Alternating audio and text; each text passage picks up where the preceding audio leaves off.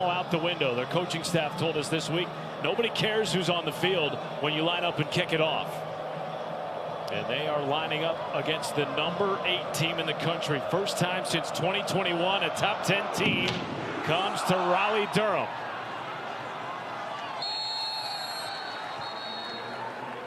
And so without his top 2 weapons on offense, the young quarterback C.J. Bailey takes more of this game on his shoulders. There's so much excitement around this quarterback. Not only did we talk to the coaching staff, but you turn on the tape, and C.J. Bailey, when he gets hot, he's very hard to stop. You can see it through the air, but one thing that he's grown in his game is his ability to run the football as well. He has a 6'6" frame, so he's got a long frame, but he's become more courageous as a runner. He will have Duke Scott in the backfield, the redshirt freshman from Stockbridge, Georgia. First play is a pass and a dart complete outside to Noah Rogers for a first down. NC State won the toss, elected to receive. The offense this year, despite the record, Sam, has shown the ability to be very explosive. I love the confidence. When you win the toss, you say, I want the ball, I'm at home, I want to get points on the board first to show that we are not afraid.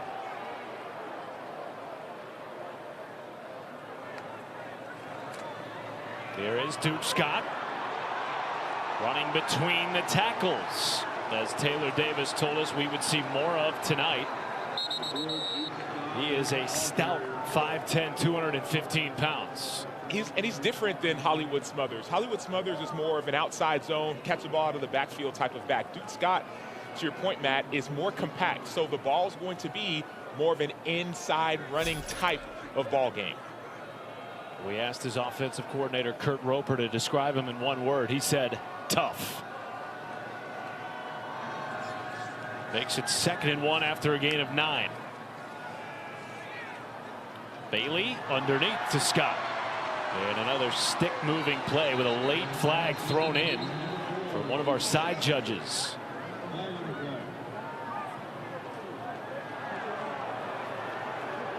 And it's going to back North Carolina State up and get the first down. Offense, number 6, 15-yard penalty. Penalty on Wesley Grimes. Dave Doeren told us, look, this season has not been what we expected. Injury's a big part of that. But scared money don't make money. Sam Acho is what he told us. Told his team, nobody expects you to win anyway, so why not go out swinging?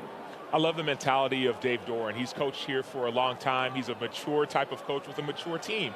So the whole point of this game is give everything you have. Don't worry about the scoreboard or the rankings.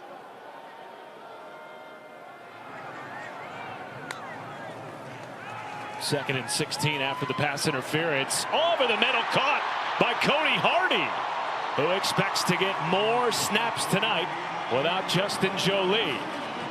Cody Hardy, 6'3", 265. He's not necessarily a receiving tight end, but without Jolie, he has an opportunity to step up. You see the pocket, clean pocket for C.J. Bailey, and places that ball perfectly for Hardy. That's one thing that shows up for C.J. Bailey, extreme amount of touch on the football. That is Hardy's 3rd reception of the season.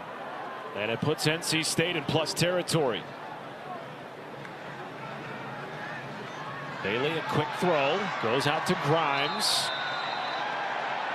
Clayton Powell-Lee with some late contact, a little bit of chippiness on the outside.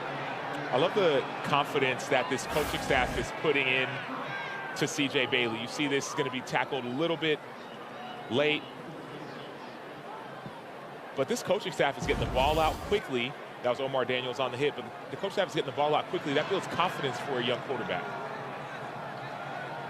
Already 3 completions on this drive for Bailey. Here's Duke Scott. That time wrapped up after no gain. Now this Georgia Tech defense down a couple of players as well. 3 in the secondary. No Jai Gilmore, no Amari Harvey. And up front, they're without their starting nose, Matthew Alexander. But they do bring back tonight Akilo Stone, who has missed the last 3 games up front for the Yellow Jackets. 3rd down, 3 or less. They're going empty. So you may want to isolate one of the inside receivers. Pressure off the edge. Bailey delivered quickly to Dante Daniels. Third first down of this opening drive for the Wolfpack. Second different tight end that we've seen, not named Justin Jolie. Jolie's been out, so other guys have to step up. Dante Daniels, number 87, he's lined up right at number 2. Notice him sit down in the soft spot of the zone. It's hard to play zone on 3rd and 3 or less because there's so many soft spots. Usually you need to play man in a down and distance like that.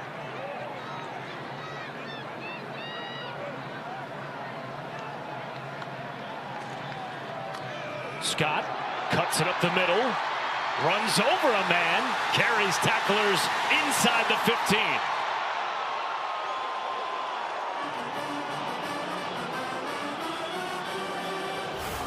Inside zone run to perfection. You're seeing this play, right? It's really a zone cut. Daniels coming back to do the cut, and Duke Scott, that physicality is showing up on tape. That's one thing that we haven't seen a lot of with a lot of Hollywood Smothers. So now it's almost like a different style of offense from NC State. They come into this game having lost 4 of their last 5. Quarterback run, Bailey cannot get out of that tackle by Clayton Powell-Lee, their second leading tackler and starting safety. Only win over this stretch against an FCS opponent. You got to go all the way back to September 11th. The last time NC State beat an FBS program, it was Wake Forest. 4 out of their last 5 games they've lost, and that's one thing that's been the hard part about this NC State run. They bring Will Wilson into the game. He's run the ball 14 times this year. 10 of those have resulted in either a touchdown or a first down. Their short yardage specialist. Following blockers, and Gallups inside the 5, short of the line to gain. So they can score, they can get a first down without scoring in this position. So looks like Wilson staying in. Now, getting into the red zone was such an important piece of their offensive preparation this week. Sam, they got into the red zone just once in the last 2 weeks against Pitt and Notre Dame, and now CJ Bailey comes back in for the 10th play of this opening Wolfpack drive.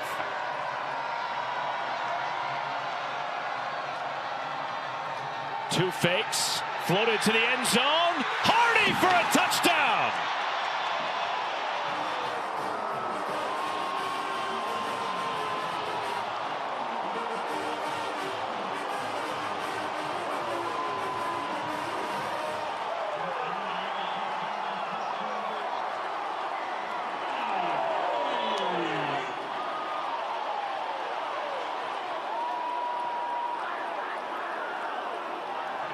You're grinning ear to ear right now after that opening drive. Scared money don't make money. We heard from Dave Doeren. He said we cannot be afraid. And that's one thing you love to see. No matter what kind of competitor you are, you have to come out and bring your best.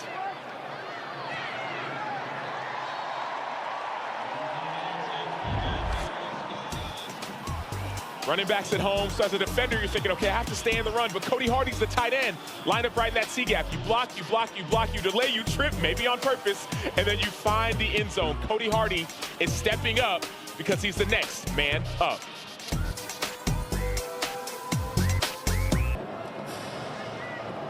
$7-0 lead for NC State after a 10-play, 75-yard opening drive went to the house. Returnable for Shane Marshall, but he kneels it in the end zone, and we will see Haynes King, a legit Heisman candidate, and a tough test for NC State's defense as we take a look at tonight's impact players, brought to you by Pizza Hut. Well, it's going to take a little bit more this week. If you want to not be on Haynes King's Heisman highlight, there's going to be 3 defenders for NC State. Kean Sloan, Sebastian Harch, those are 2 of the edge defenders, and then Caden Durham, the inside linebacker, Fordham, excuse me. They want to try to keep everything inside. So the goal is to try and keep everything inside and not let King beat you. Here's Jamal Haynes. He is wrapped up in the backfield. Kean Sloan, a 2-time All-Mountain West defensive lineman at Utah State, transferring over in the offseason. He's one of our impact players for a reason. Watch him take on this pulling guard. Kean Sloan is an outside linebacker. This game has to be won, if it's going to be won, by the outside linebackers. Why? Because Georgia Tech loves to pull people and be physical with you. Kean Sloan accepted the contact and was ready for it.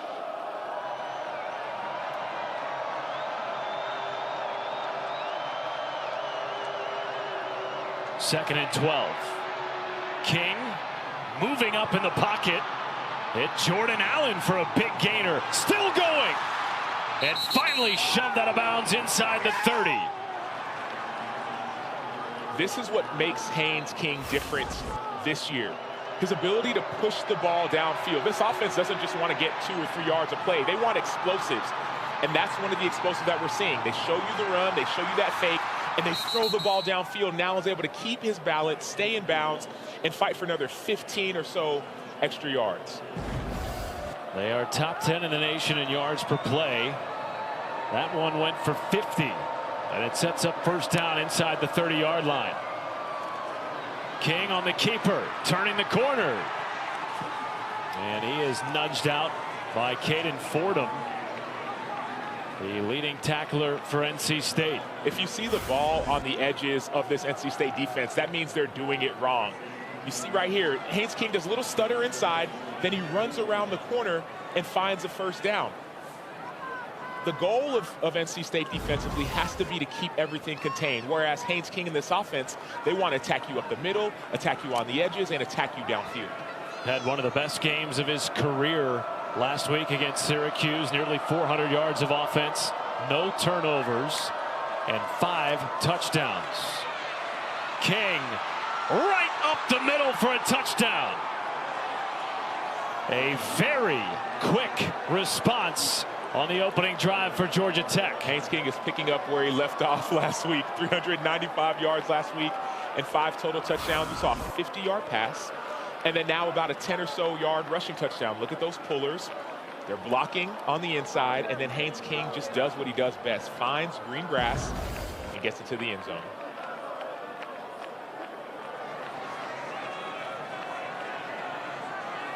Aiden Bird makes it a 7-7 game in Raleigh.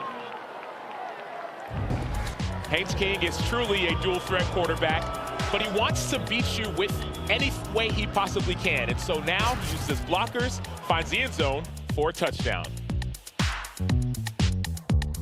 I like, you know, I'll do Twix every now and again. Okay, but there you go. If I get too many, man, it's not a good look for your boy. I'm more salty than sweet. Got it. I like fries. But that's not a Halloween thing, is it? Not quite. Can't have fries on Halloween. Matt Schumacher, the former Texas Longhorn, 9-year NFL vet. Sam Acho, Taylor Davis on the sideline. 7-7 game. After both opening drives went for touchdowns. Here is Colson Fields out of his own end zone and plows out across the 20. Let's take a look at the drive recap. AutoZone, 10 plays, 75 yards on the opening drive of the game for NC State. Again, down their top 2 offensive weapons. No Justin Jolie, no Hollywood Smothers, but Sam Acho, no problem for C.J. Bailey and company on the opening drive. We saw this offense really step up. Cody Hardy, number 44, number 87, Dante Daniels. So people talk about next man up all the time. NC State is living it. Bailey on play action, checks it down to Duke Scott. That has been one major area of C.J. Bailey's progression. Remember last year, had to start 9 games as a true freshman due to an injury to QB1. Such a young player, Sam, just 19 years old, but his poise off the charts. Well, there's so much, not just the poise, also there's a sense of joy when he plays. We were at his walkthrough yesterday, and he was dancing, joking around. He has such a level of joy to his game. 2nd and 6. Underneath, hit Teddy Hoffman. The only true freshman on offense right now for a North Carolina State team that returned 8 starters on offense. And prior to tonight, they had been isolated from all the injuries that this program has sustained over the course of this season so far. And now it's another 3rd and 3. Last time we saw Blake Gideon, defensive coordinator for Georgia Tech, play zone. This time it looks a little bit more like man. Pressure comes. Quick throw over the middle is caught for a first down. Terrell Anderson, who we expect to get more targets tonight without Justin Jolie. So it is man-to-man defense, but you have to understand down and distance. Terrell Anderson knows that it's only 3 yards he needs to get, so he runs a quick slant inside, and yes, he accepts the contact, but it's still a first down. So needs to be tighter coverage on the back end for Georgia Tech.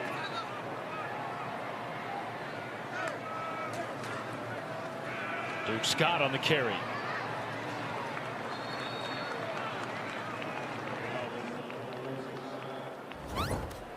We thought the running game could be a major key to NC State's success tonight against the Georgia Tech defense that at times has struggled against the run. Gave up over 150 yards on the ground last week to Syracuse. Absolutely. This defense has struggled for the most part stopping the run, and NC State's trying to exploit that. And Bailey is somebody who can exploit it. Long strides up the middle at 6'6". Pickup of 21. That's the maturity that we talked about, the decisiveness. Dave Doran this week said we want to see him make quicker decisions when it comes to running the ball, and this was that. There was a little bit of a lane. Look how open it is on the middle. And then, boom, he decides to take off. It's man-to-man, so everyone's eyes are not on the quarterback. Their eyes are on their man. C.J. Bailey sees that and accepts that for a big-time gain. Multiple plays already in the first quarter of 20 yards or more for the Wolfpack. Somehow, Duke Scott turned that into a positive gain despite feeling contact behind the line of scrimmage. That's the power. We talked to the coaching staff. They said, man, we haven't coached a guy like Duke Scott with his physicality, with his toughness. That's different than what we've seen before. And so it is the same offense, but there are different plays that are being called based off of the personnel.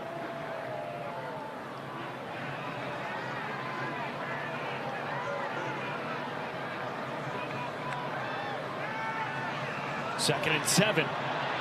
Underneath, Hoffman took a shot and made the catch. Gain of 16. It looks like the blow by Omar Daniels. It looks like Georgia Tech is playing a little bit on their heels right now. That was somewhat of a screen and go. You fake the screen to the pump fake, and then there were 2 wheel routes. There was that wheel route right there by Hoffman. There's another route over top. So this is the aggressive style that NC State is playing with, and Georgia Tech is a little bit on their heels trying to catch up. A 9-for-9 start for C.J. Bailey, nearing 100 yards passing in the first quarter, and that touchdown on the opening drive. First and 10.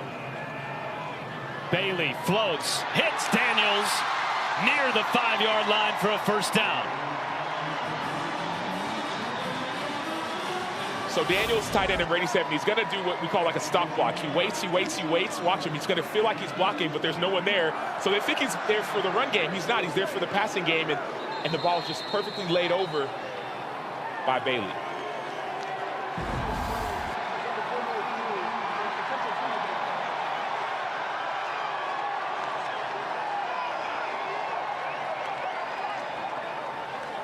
So they're going to send this to review for a potential targeting. We will step aside and clear that up when we return. A 7-7 start in Raleigh. Toby was potentially going to be called for targeting here, but after the review, Sam, they wiped it off. So they decided that Dante Daniels in this position is not defenseless anymore, because if he would have been defenseless, there is an indicator leading with the head. There's forcible contact in the head or neck area. But Daniels, once he caught the ball and the referee's assumption, no longer became a defenseless receiver. So no target. Todd Evans, our replay official tonight in Raleigh-Durham. First and goal. Bailey flushed, corner of the end zone, and wisely got it out of play. His first incompletion of the night. That's the right play. That was a smart decision by the 19-year-old quarterback, second year as a starter. Nothing's there, nothing's open. Don't try to force it. Just throw it away and live to play the next down.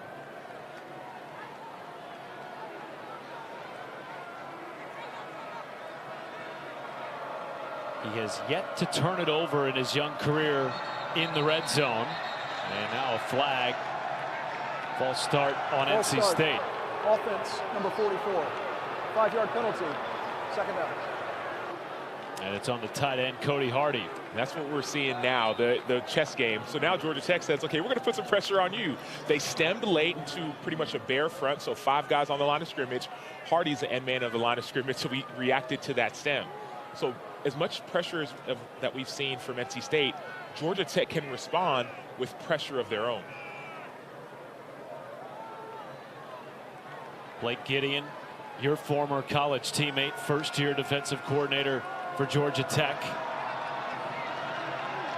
Less than 5 seconds on the play clock. Bailey got it off with 1. Up the middle, he's taken off. He's into the end zone for a touchdown. 11-yard scamper. Wolfpack back on top.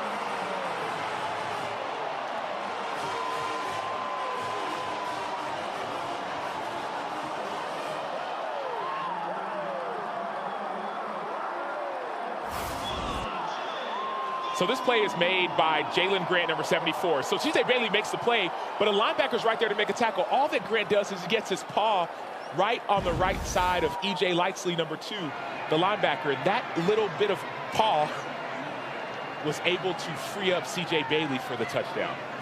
His 4th rushing touchdown of the season. Vineset's PAT is good. 14-7 lead for the Wolfpack. And I want to go back to that play. Everyone keep your eyes on number 74, Jalen Grant, one of the leaders of the team. This is a designed quarterback draw, a designed run. But Lightsey is spying the quarterback. He's looking at Daniels. Look at Grant just get a little bit of touch, and that's able to just force Lightsey to avoid him. And then C.J. Bailey does the rest. What a start of what has been a very chaotic night of college football. And what a night we have for you coming up Tuesday on ESPN and the all-new ESPN app. For the first time, the Armed Forces Classic features a pair of women's basketball programs. Number 1 UConn, their old Big East rival Louisville. The exclusive reveal of the first CFP Top 25 ranking.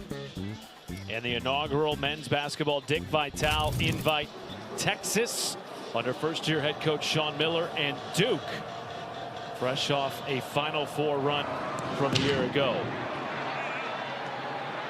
Short kick, returnable for Shane Marshall. Takes it out to about the 30. Kevin Connors.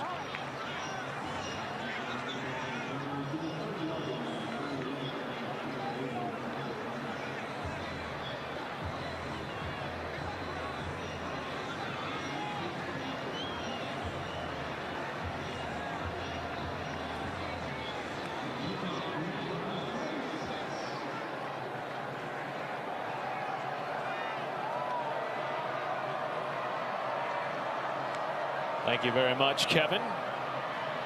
After a touchdown drive to take the lead for NC State, Malachi Hosley, last year's Ivy League Player of the Year with a first down game. Hosley transferred from Penn, and you mentioned Ivy League Player of the Year. And he's a different running back than Jamal Haynes. He's more of a slasher, more of a downhill back. Not the biggest back, but man, he loves to turn it on right up the middle.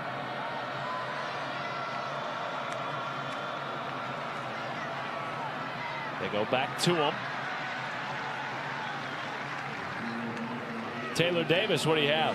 Well, guys, obviously the noise has been at an all-time high around Haynes King, and I asked him this week, hey, how are you dealing with this? He said, it's all about your priorities. It's easy to avoid noise that I don't care about. My goal isn't a Heisman. My goal is to win this one, and then the next one, and then the next one, and win a championship with my team. That's all I care about. And you see that really embodied team-first kind of guy. Delivers a dart over the middle to Eric Rivers, who was the first AP All-American in FIU football history last year. He's been a big pickup for Georgia Tech. He has it, but I want to go back, Taylor, to your point of Haynes King. We were down on the field watching Haynes King as he warmed up, and man, he was throwing that ball 50 yards in the air with ease, but also passes like that, throwing darts as well. So this is the maturation of Haynes King. He's not just a physical, bulldozing, bruising type of quarterback. No, he's got some touch to his game as well. He is the reigning National Player of the Week after the 41-16 win over Syracuse. And that run will likely take us to the end of the first quarter. A hot start for NC State, something they needed against a Georgia Tech team that has dominated opponents this season in first quarters. They take a lead into the second frame in Raleigh-Durham. The end of the first quarter. As suspected, an offensive slugfest in the opening 15 minutes. NC State with 2 drives and 2 touchdowns. Georgia Tech trying combined first quarter points. They give up 14 to an NC State team that dominated time of possession. But now 2nd and 5 for Haynes King and Georgia Tech. And a first down run for the Heisman candidate, who Taylor Davis told you about going into our last break. He's not concerned with all the Heisman hype and the Heisman noise. The son of a coach, his father John, a longtime high school Texas coach, and he plays like it and he speaks like it as well. Not just anywhere in Texas. That's East Texas, the 903 Longview High School. They love football in East Texas. He's a true football player.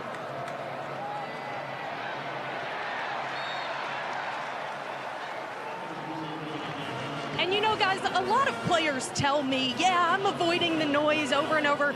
Haynes King has actually gone the extra mile. He has someone running his social media for him so he can fully disconnect from anything that would put this noise in front of him. I may question other players, but I believe it from Haynes King. He's feeling the pressure here, takes a shot to the end zone, and it's in and out of the hands of his intended target, Dean Patterson.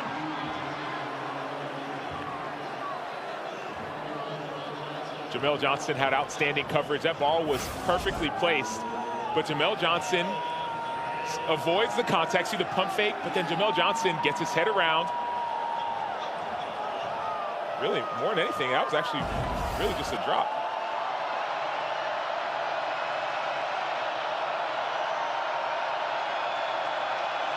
First 3rd down of the game for Georgia Tech.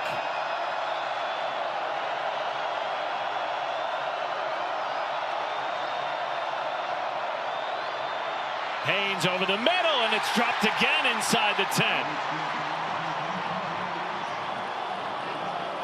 It was intended for the true freshman Jordan Allen.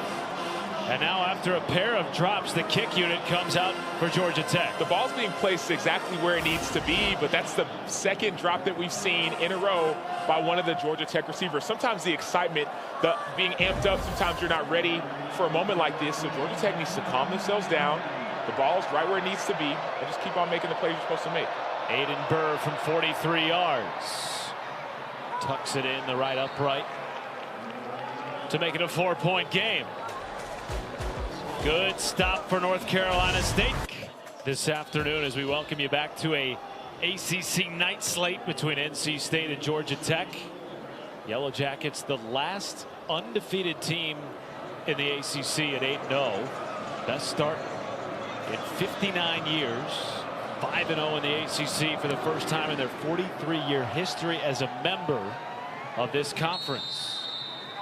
As we take a look at the college football headlines presented by Harbor Freight. How surprised were you by the Mustangs' upset victory over Miami? Miami's been up and down this season. They started off very, very hot, but as of late, they've been a lot down. So I wasn't overly surprised as we watched some of the undisciplined play by Miami. Duke. What has been impressive, though, you're talking about Duke and Darian Mensah, transfer from Tulane. They've been impressive, still only 1 loss in conference. But Virginia surviving a scare. This is the 3rd or 4th straight week where it's been close at the end. And Louisville trailed early against Virginia Tech. Held on to win that game. Wake Forest in action right now against Florida State over on ACC Network. And that is the first sack of the game for either team. It's a loss of 7.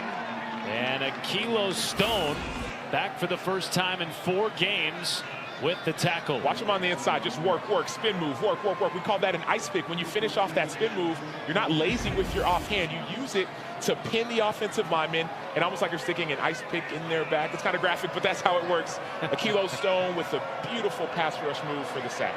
Not too graphic for Brent Key. More on that in a moment. That run does not go very far. Maybe a gain of 2. Brings up 3rd and long after the tackle by Braden Manley. Brent Key told us last night that his message to the team was about chase dogs and catch dogs when you're hog hunting. And he used some pretty graphic language. He wanted his team to understand that they're not going to be the hunted. They're going to be the hunter. And and you talk to some of the coaching staff, and they were with Georgia Tech, they said, hey, man, they have to step into the ring with us. So NC State, they need to understand that we are here. So this team is very locked in. 3rd and long, underneath to Colson Fields. Twists ahead, but not nearly enough to move the chains, and the punt unit will come out for the Wolfpack. And now it seems as if the game is starting to settle in just a little bit. I talked with Blake Gideon, the defensive coordinator for Georgia Tech. He said, we know before the game, he said, we know that NC State's going to have a fast start, bring out their best punch. It's a homecoming game. It's a night game. It's a big game. We have to be able to handle that and make a stop. And now you're seeing the Georgia Tech defense start to settle in.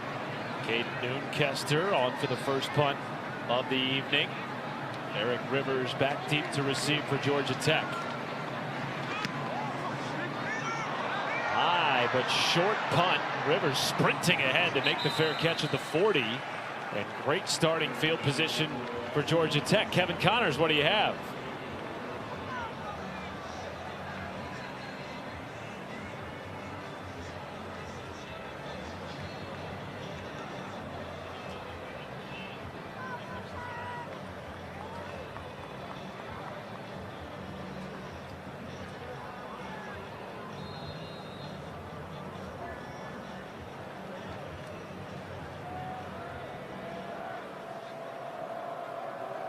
How about that, Kevin, on a chaotic day of college football? You said it earlier tonight. That is a playoff eliminator type of game. Neyland at night.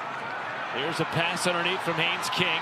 Brett Seither running it past midfield and into enemy territory. Gain of 26. You know, Brent Key told us, look, yeah, we know we're number 10 or top 10 in the country. We know we're off to the best start since 1966. None of that stuff is getting to us. He told us, Sam, this is the most fun he's had coaching a football team in 25 years as a head coach.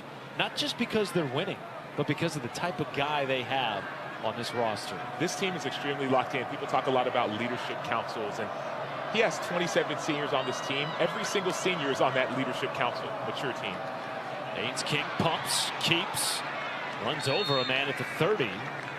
But a nice gain on first down. Most teams, Matt, they vote positionally. Okay, well, leader in this position room or that position room. Brent Key said, no, we want our seniors to be the leaders of this entire team. And Haynes King is the one leading that charge. 24 years old, 6th year in college football. Even keel, not too high, not too low. That level-headedness, it permeates throughout the locker room.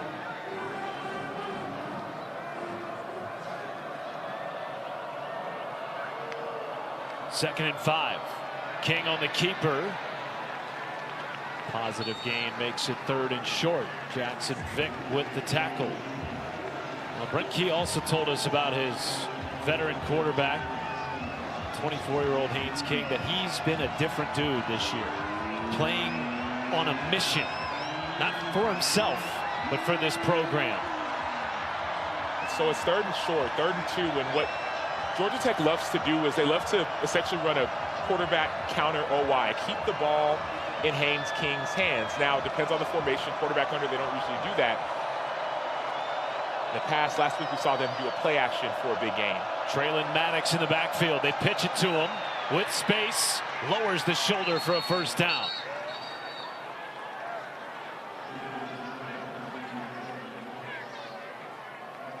Taylor Davis.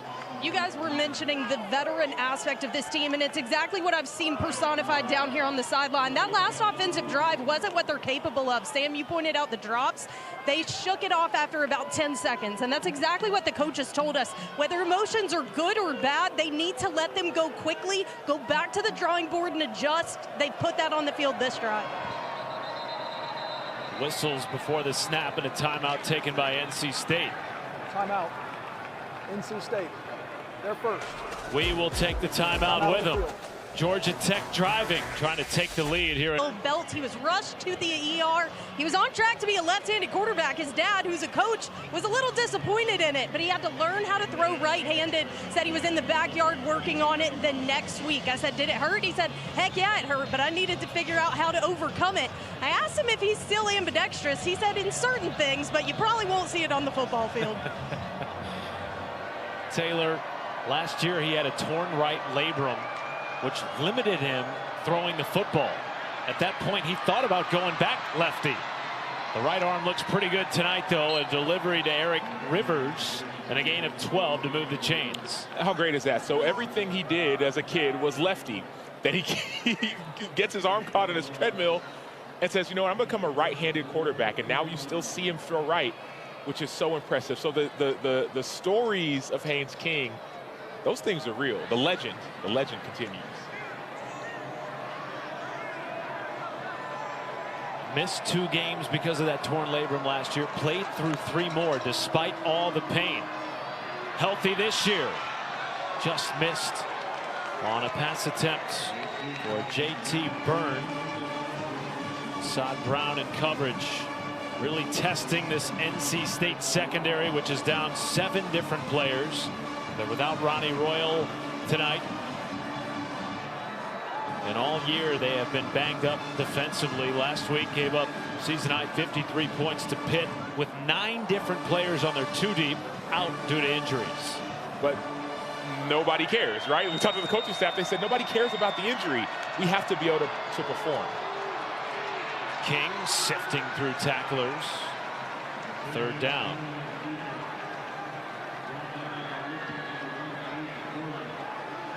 Brent Key told us this young man is just cut from a different cloth. Credits his father John King for a lot of that, the old high school coach.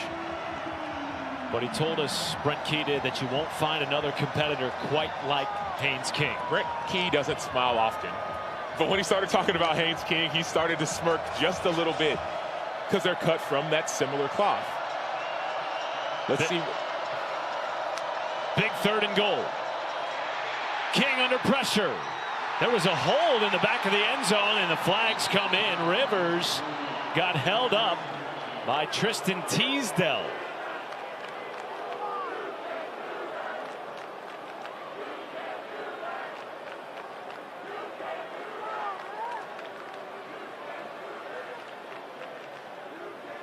Teasdale's a true freshman. You talked about some of those injuries. He's one of the young guys stepping up, but he got caught holding in that situation. Pass interference. Defense number 19. Foul occurred in the end zone. By rule, the ball is placed at the 2-yard line with an automatic 1st down. So he's a true freshman safety lined up on King. That's a tough situation as a true freshman. You know, you can't hold, you can't grab. He started to get lazy at the top of the route. More maturity and more reps will breed more experience, and he'll be ready. So it makes it 1st and goal. Fake the pitch. King hit, spinning, and he's dropped by Brandon Cleveland, one of just 3 healthy returning starters on this defense for Dave Doran. This is the play that we talked about. This is that quarterback counter roll wide. They'll fake the pitch to try and get everyone out. But what DJ Elliott, defensive coordinator, said is, I'm going to put Kean Sloan on the edge. He's going to attack, and then we'll find ways to slant the line to try to slow down that play. So 3rd and short, 4th and short, or even down in the goal line, expect Kean Sloan, number 8 of NC State, to be at the point of attack. Carry up the middle. It is stopped. Malachi Hosley stuffed by a plethora of NC State defenders led by Caden Fordham. We talked about impact players. This game is going to be a physical football game. Caden Fordham's right in the inside, and he sifts and he sees and he attacks Hosley, and he keeps on running his feet. That's textbook when it comes to inside linebacker play. But now it's 3rd down from the 2-yard line. Georgia Tech loves to be physical, but don't be surprised if there's a little bit of a fake and then it turns into a pass on a play like this. Number 1 red zone offense in the ACC. King floats. Tuck. Yellow Jackets lead. J.T. Byrne.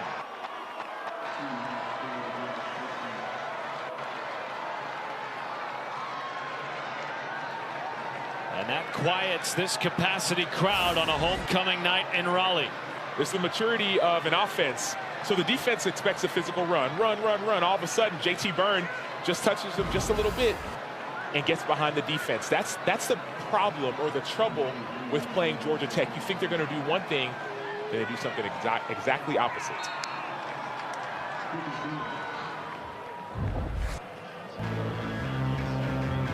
JT Byrne receives the touchdown. Haynes King fakes him out, gets it to the end zone.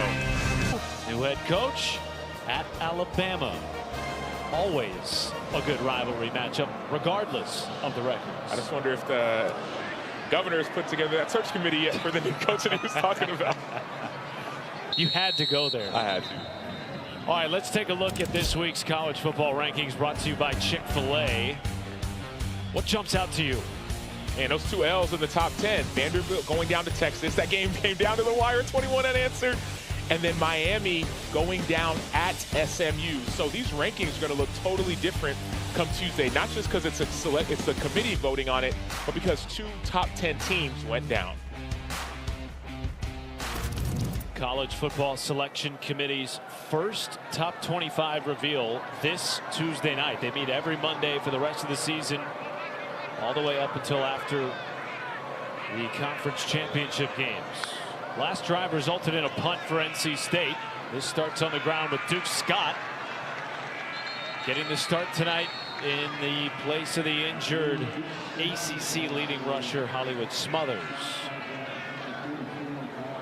College Game Day announced their location next week. BYU, who was idle this weekend, goes on the road to take on Texas Tech. Game day in Lubbock, 9 a.m. Eastern, 8 a.m. Central Time. Bear Bachmeier. And no Will Hammond for Texas Tech. Well, the Big 12 could get shaken up in a big way tonight with Utah playing Cincinnati at home. That's the late game. Here's Noah Rogers with a nice run after the catch to move the chains. Picks up 17. So this is where Georgia Tech needs to respond. You accepted the first punch from NC State, but now you have to make your adjustments and start responding. We've seen Georgia Tech pretty much either rush 4 or 3. They haven't had too much variety so far, but it may make sense to start changing up the look for a young quarterback in CJ Bailey. Just 19 years old, 2-year starter, and an NFL talent in the words of his head coach. Flag comes in at the end of the play.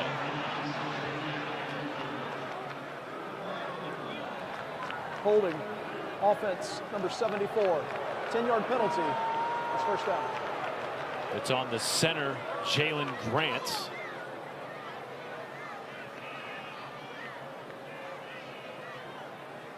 It's so rare in today's era of college football to see a 19-year-old starting at quarterback, and on the other side, the 24-year-old Haynes King, a Heisman Trophy candidate. Yeah, I feel like the 24-year-old is more common with the transfer portal and with the COVID year, but man, both these quarterbacks are affecting defenses almost in the same way, both with their arm but also on the ground. Nice play there. The ball came out. They're going to say it's a fumble. Ruled Georgia Tech ball on the field. I think they're going to have to take a look at this. I'm not sure Rogers had possession. Fumble recovered by the defense. Jason Moore, the big D tackle, 6'2", 300, jumped on top of the football. But what I'm looking at is, was there firm control? So the ball's going to be, it looks like it's going to be caught, but I don't know if there's firm control on this one. You see Rogers just bobbling it the whole way. To me, that looks like an incomplete. Previous play is under further review.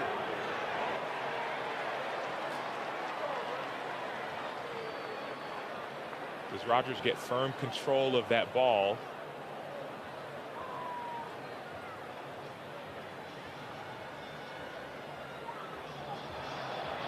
To me, that doesn't look like it's control. I mean, we're going to look at it again. You could say he's getting that step, but before he's trying to get that first step in the ground.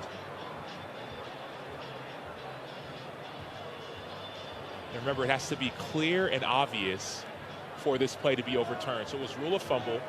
Rule to fumble. Is it clear and obvious that this was not a catch?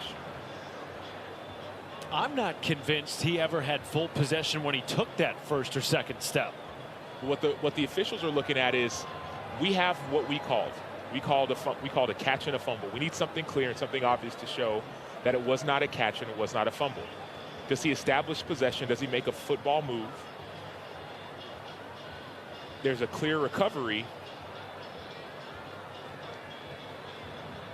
To me, that ball, it pops out before it's possessed. It's also so difficult because we're slowing this down to frame by frame versus full speed, which is the way they saw it on the field.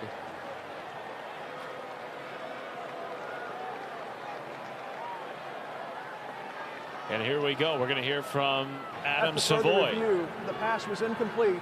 It's second down.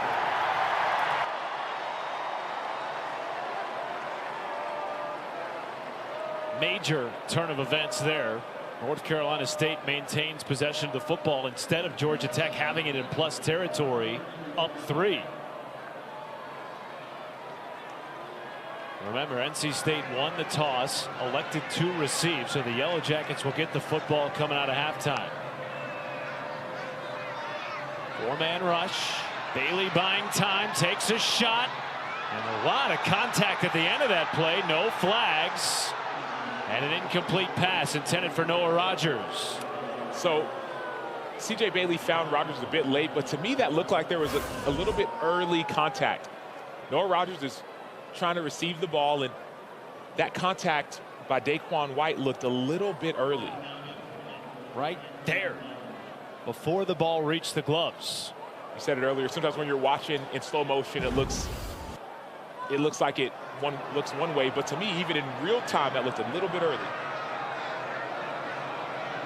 The Packer 3 for 4 on third downs in this game. This on 3rd and 20. Bailey with room to run if he wants it. Instead throws, has an open man. It's Anderson. Turns it upfield. Anderson down to the 15. Monster gain to extend the drive. 52-yarder. I love the decision by C.J. Bailey. So he could have ran the ball, but it wouldn't have been for a first down. It's 3rd and 20. You might have been able to get 10, maybe 15, but he slows down. Then he finds Terrell Anderson deep down the field. The fact that C.J. Bailey started to run, the DBs, their eyes started to go in the backfield. They thought he was going to run for 50 like he did before.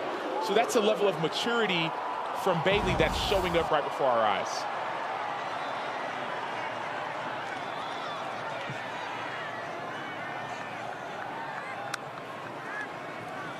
Duke Scott following blockers inside the 10.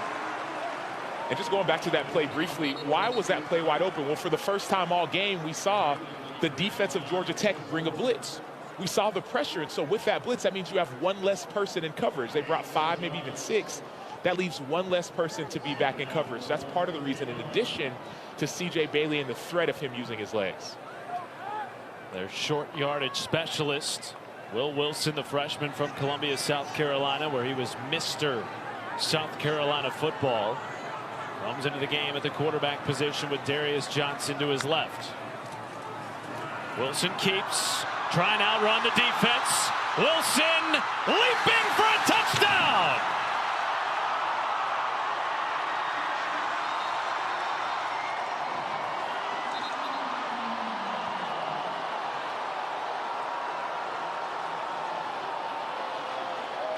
We talked with Kurt Roper, the offensive coordinator of NC State. He said, hey, when you see 10 in the game, you know what we're going to do. And you still can't always stop it. You still can't stop it. Will Wilson did that pretty much all on his own. Noah Rogers was on the edge. He could have been blocking. He wasn't. Maybe he thought the play was supposed to go inside. The play actually was supposed to go inside. He didn't need the block. I wonder if they're huddling here to discuss whether or not he maintained possession. possession. A fumble recovered by the offense in the end zone for a touchdown. That's what the scuttlebutt was about at the end of that play, with Georgia Tech players diving onto the pile. That's what seeing the ball. The scuttlebutt. One more time. The fracas. So to me, that's a touchdown. The ball crosses the plane. Kyle Efer does a great job of trying to get the ball out, but they rule fumble, so it doesn't matter either way. But that was a touchdown before a fumble. I got to be on my P's and Q's next to the Campbell Trophy winner. Sam Acho, what a response by NC State after Georgia Tech just marched down the field and took their first lead of the game. Well, started with C.J. Wilson getting that ball down the field, and then, C.J. Bailey. Now Will Wilson using his legs once again, number 10. When he gets in the game, usually going to run it. He reaches the ball crosses the plane. There's full control, full possession. So to me, that's a clear and obvious touchdown. But either way, since it's recovered by the offense, they didn't have to go back and see if it was Will Wilson's touchdown or NC State's touchdown.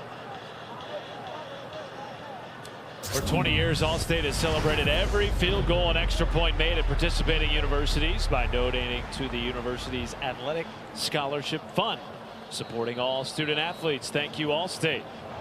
Can I ask you a question? Yes, sir. How do you spell scuttlebutt?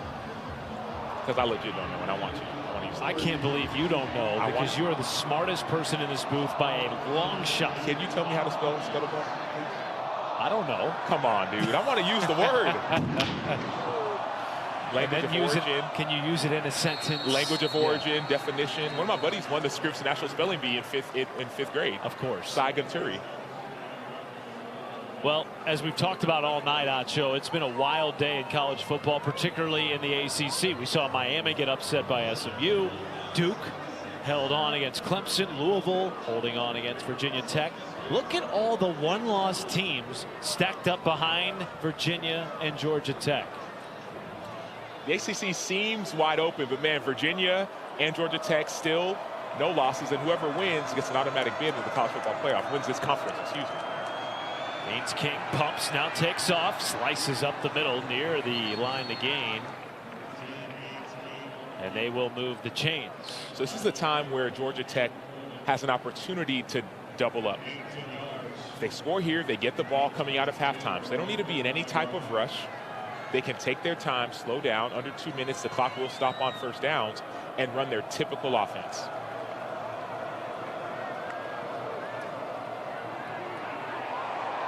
There's Jamal Haynes stretching it wide for a gain of 3 or 4.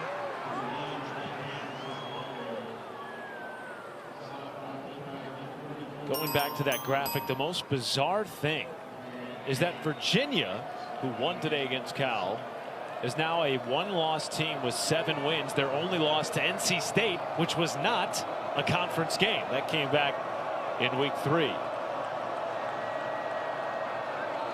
And Georgia Tech will elect to take this down to the 2-minute timeout. All 3 timeouts remaining for Haynes King and Georgia Tech, trying to put together a drive at the end of the half.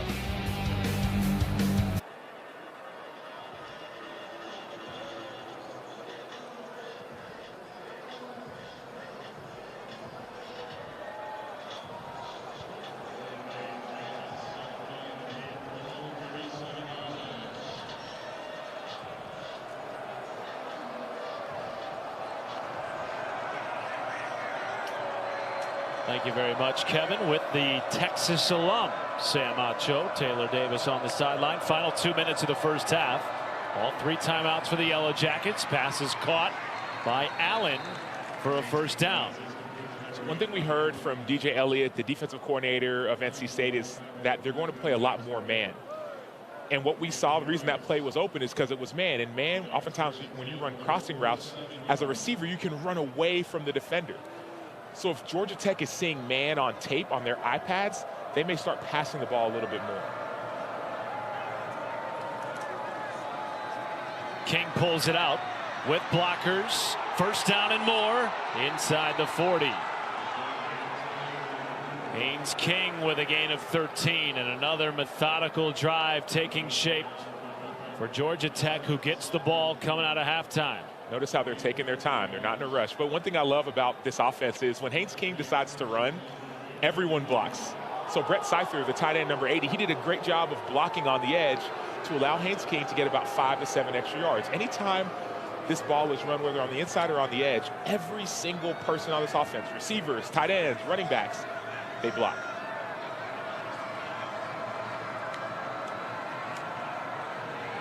Haynes slips out of 1 tackle, then is upended on the near sideline by Jackson Vick. The starting nickel playing in a very banged up secondary. Frankly, this entire defense has been banged up. Big reason why they've lost 4 out of their last 5 games. In all 4 of those losses, they trailed at the half. Trying to flip the script tonight against an undefeated Georgia Tech team coming in ranked number 8. King taken down in the backfield. Caden Fordham with the first sack for the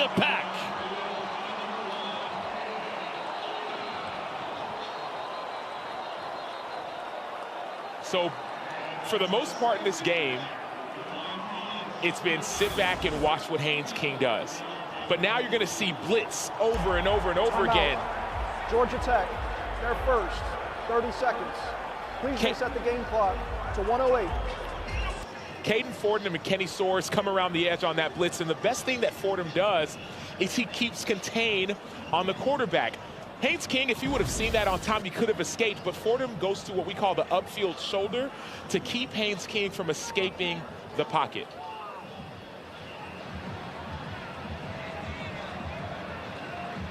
Third and 15 looming for Haynes King. Caden Fordham, what a story he has been, the alpha of this defense. One of the leaders of the defense, leaders of the team. He lost a lot of his season last year to injury, coming back this year healthy.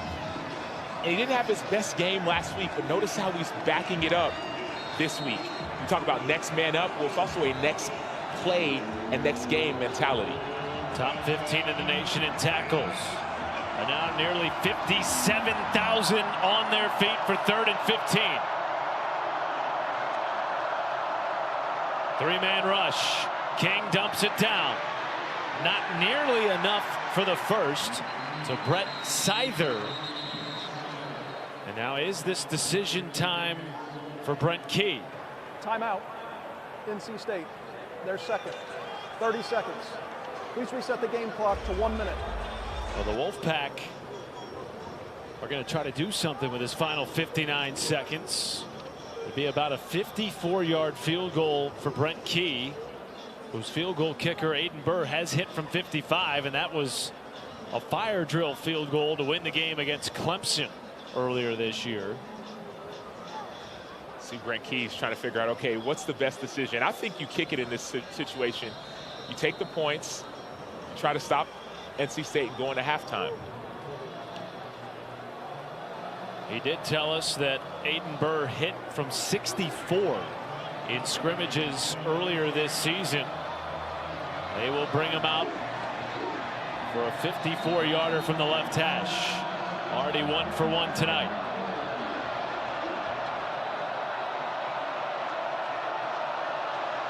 Kick is away. Burr is wide left.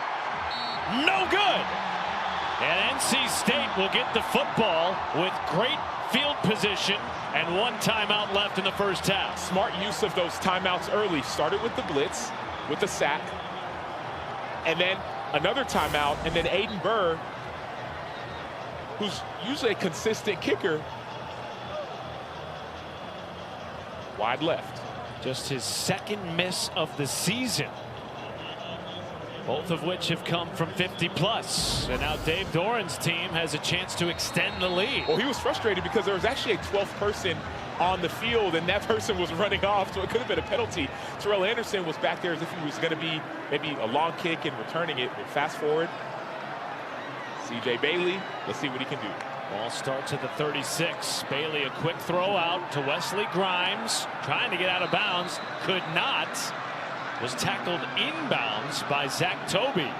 Phenomenal play, smart play by Toby, keeping the clock running. Bailey going through his progressions, widely throws it away. Taylor Davis. Well, guys, I don't know if it's translating on the television, but when this place erupts, it is loud down here, and it's a different energy for Georgia Tech. This is just their second night game of the season. They haven't played at night since week 1. At the half, you really feel like they need to bring their own juice a little bit more, Sam. BYOJ, that's what you have to do, when, especially as a defense. People will say, man, pack the defense on the road. That's what they need to do, pack the defense. 3rd and 3. Pressure. Bailey got rid of it. There was contact, and a flag comes in. Rodney Shelley covering Noah Rogers. And that will be the first penalty of the night on the Yellow Jackets. Meanwhile, Pass interference. Defense number 6. Ball we placed at the spot of the foul. And an automatic first down. CJ Bailey continuing to limp around after he was brought to the ground 2 plays ago. Well, we'll start with the pass interference. Noah Rogers does a great job on his stem, and Shelley, you see him hook in the arm. But I think a bigger deal is C.J. Bailey. Sometimes you can see he's in a lot of pain, but sometimes adrenaline takes over. I get the pain, but in football, sometimes you don't feel that with the adrenaline starts to pump in.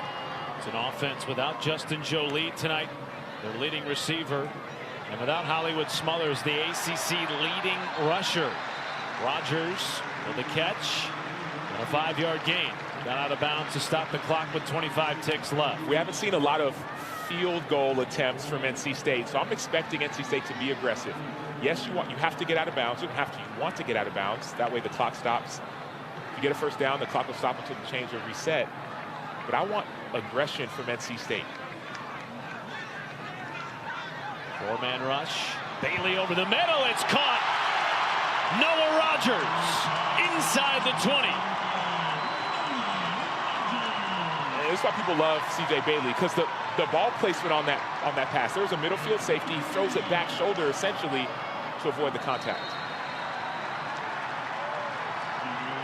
C.J. Bailey is growing and maturing. Yes, he's only 19 years old, but he had about 9 starts last year. Watch where this ball's placed. He doesn't run his receiver right into that middle field safety. He throws it a little bit behind him to Noah Rogers and keeps him safe. Well, we've talked so much about the toughness of Haynes King. We're seeing that on display by the young starter for NC State, C.J. Bailey, putting together an excellent drive to end the first half. Takes a shot to the end zone. It is incomplete. Intended for Keenan Jackson. Had hands on it, but just could not corral. It just seemed like maybe it was like an inch or two too far. Nice placement. Keenan Jackson just barely couldn't hold on to it. That inch or two, people say that football's a game of inches. I understand that, hey, if you can touch it, you can catch it. But, man, if you want to get that just a little bit tighter, it'd be a touchdown. So moving forward now, it's 3rd down, but the more important thing is the time. It's all about the end zone if you're NC State. So Georgia Tech needs to back up, understand that they're trying to attack the end zone. They have a field goal here. One timeout left for the Pack. Bailey pumps and now floats it out of play with 5 ticks left. Now 4. Now 3. It wound down all the way down to 3 seconds left in the first half. And this will be their first field goal attempt since week 4 as C.J. Bailey hobbles to the bench. I'm sure Taylor Davis will update us on his status coming out of halftime. Kanoa Vineset from 34. It is good. And NC State extends their lead going into the halftime locker room. That's the end of the second quarter. Wow. C.J. Bailey, the young star, was being helped off and now says, let me do it myself.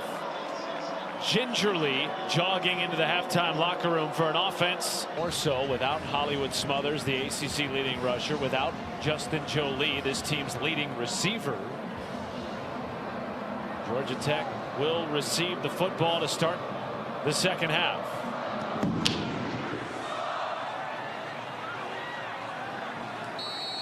And moments ago, Taylor Davis caught up with NC State head coach Dave Doeren.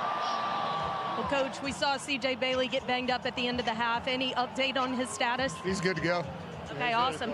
The offense has been able to run the ball effectively, move the ball downfield against their defense. How do you continue that in the second half? Just got to keep mixing it up. You know, we've done a good job of being balanced. We're taking shots. We're getting completions underneath. Duke's running really hard. The guys are fighting for him. Thanks for the time. Thank you. Thank you, Taylor. Meanwhile, on that last kickoff, an injured NC State player.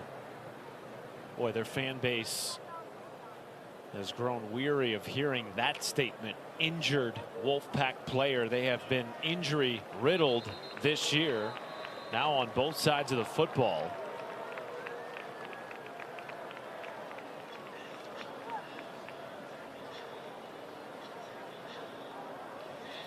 Well, let's take a look at tonight's game track, brought to you by Coca-Cola. The wily vet and the young star. Haynes King, a Heisman Trophy contender, and C.J. Bailey hopes to be that one day, Sam Acho. And Haynes King will have his Heisman moment if they are able to overcome NC State down at halftime. These are the opportunities that you live for. CJ Bailey, on the other hand, is really trying to build his resume. So two quarterbacks at two different stages in their career, but both with a big opportunity to make a splash. Malachi Hosley, the Ivy League Player of the Year, lined up in the backfield with Haynes King. And a pre-snap penalty. False start. Offense, number 72. 5-yard penalty. First down. Taylor Davis made the point before the end of the first half that this is just Georgia Tech's second night game of the season. The first, all the way back in week 1 at Colorado. They won that game by 7. This environment is maybe unlike anything they have seen so far this year. A sold-out Carter Finley Stadium. And Haynes King, tackled by Travali Price, got back to the original line of scrimmage. Think about halftime adjustments. What would Brent Key tell his team? What would offensive coordinator Buster Faulkner tell his offense? And it seems as if they're saying, hey, let's attack the edges. We've been winning inside. We haven't got on the edge as much. So I expect more side-to-side runs from this offense. King underneath. It's Jordan Allen. And the freshman, with his 3rd catch of the night, has over 60 yards receiving. Was such a big piece in the absence of Malik Rutherford, who is available tonight, though we have not seen him much.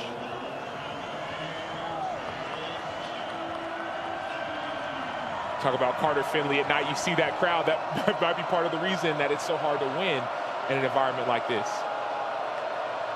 3rd down and 4. Pressure floated over the top, and it is caught for a first down by Hosley. Great concentration by the former Penn star.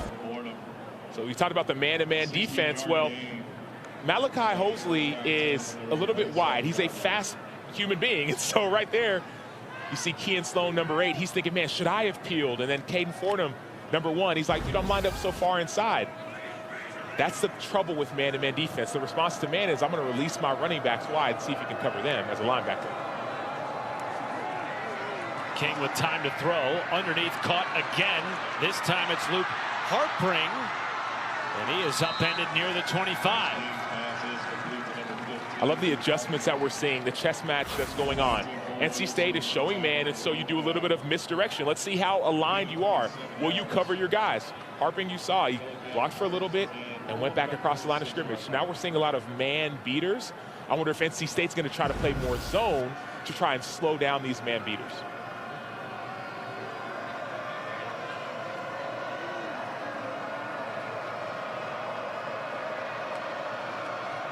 First and 10. King to the outside. What is the trouble, Sam, with playing zone against an offense like Georgia Tech? Well, the problem with playing zone is that when Georgia Tech loves to pull offensive linemen. And so if you're in zone, it's hard to remember, okay, which gap am I in? Am I in this gap? Am I in that gap? Am I covering this guy? Am I covering that guy? When it's man-to-man, everyone knows exactly where their gap is because their gap is off of a certain man. So if I'm man-to-man on the tight end, I know, okay, well, I'm going to be right inside. I have that gap. That's why they want to play man. Particularly with guys playing out of position with all the injuries that they've had this year on that side of the ball, as King rumbles ahead for another first down.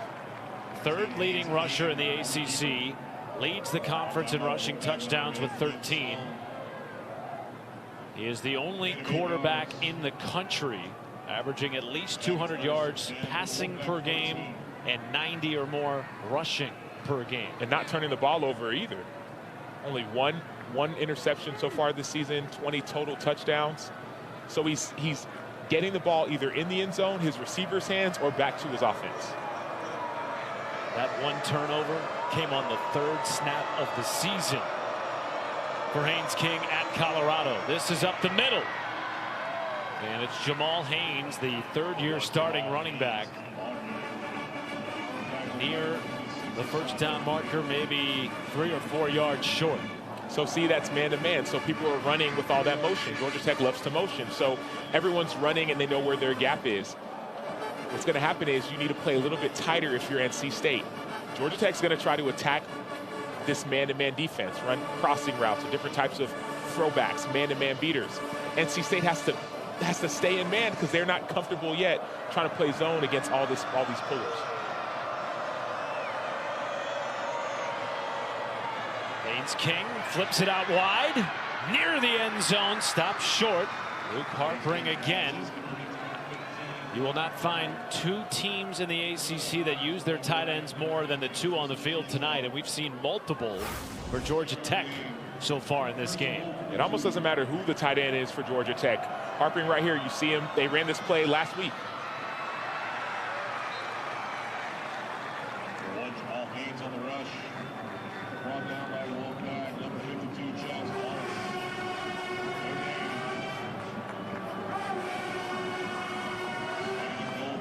Comeback victories, not an uncommon thing for the Yellow Jackets this year. They have trailed in 6 of their 8 victories to start the season. Last remaining undefeated team in the ACC, and coming into the night, the best chance to make the CFP out of this conference. King plunging forward, and based on the spot, he'll be short of the goal line. 3rd down. They're testing your mental makeup. That's what Georgia Tech does. They line up in the same formations and run pretty much the same plays and see if you're tough enough to stop it. So that's the first part. But the second part is they test your discipline. They line up in those formations. They show you run. Then they go to the pass. We saw this earlier in the game. They got it down here in the red zone. They faked the run and threw it over the top to a tight end. I don't know if you even need to do that in this situation if you're Georgia Tech. I think you just stay physical like you have been. King is stopped short.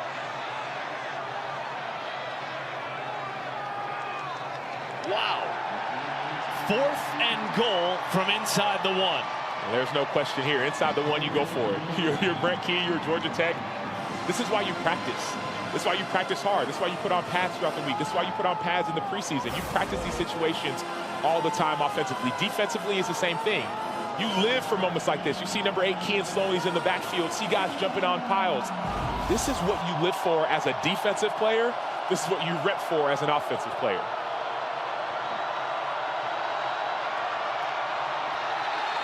That's going to be a false start.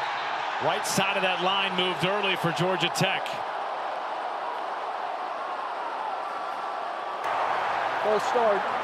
Offense number 72. 5-yard penalty. 4th down. The right tackle, Malachi Carney, with his 2nd false start of the game. So now they're bringing on Aiden Burr and the field goal team. Different situation. You are no longer inside the 1. It's a 5-yard penalty, so the math changes.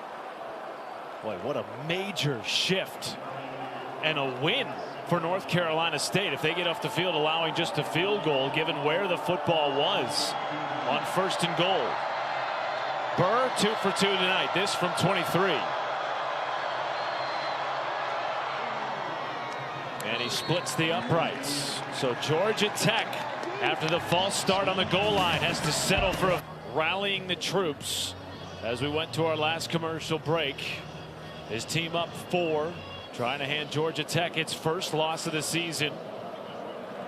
Yellow Jackets off to their best start in ACC play in their 43 years as a member of this conference. Trailing by 4 with 8:10 to play in the 3rd. Matt Schumacher, the 9-year NFL vet, Sam Acho, Taylor Davis with you as well tonight. And we've not seen C.J. Bailey yet since he hobbled into the halftime locker room after a sack late in the 1st half. Your thoughts on his situation? I'm just wondering how warm he is. He was on the sideline the entire time, so is he staying warm, and now he's going to get that adrenaline? And I'm wondering what happened at halftime. How was he able to get back healthy? Well, he was exceptional in the 1st half. 16 of 22 with 215 yards passing. A rushing touchdown and a passing touchdown. Here's a carry on 1st down to Duke Scott in a foot race. Scott inside the 20, and he is taken down at the 5, and a flag comes in late. First play of the game for the Pack.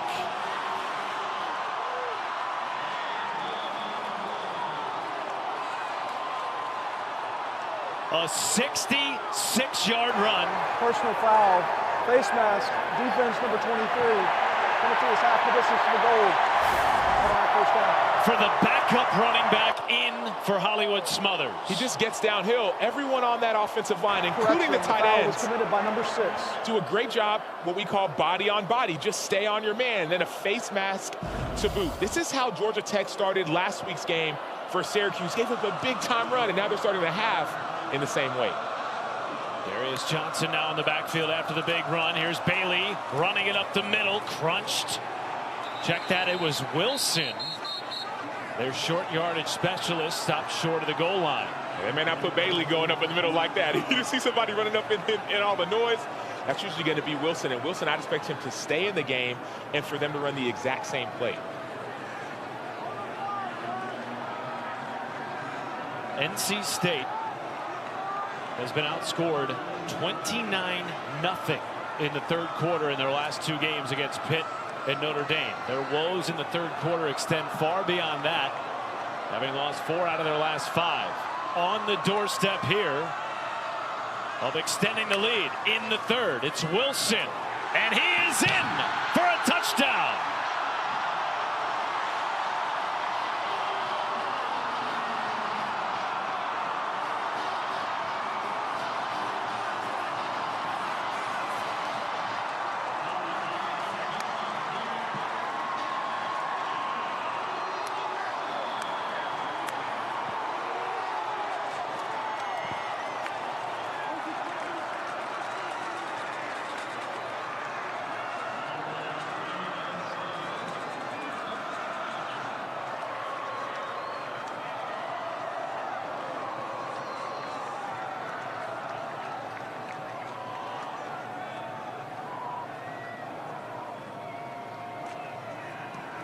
Kanoa Vineset makes it an 11-point game in favor of the Wolfpack.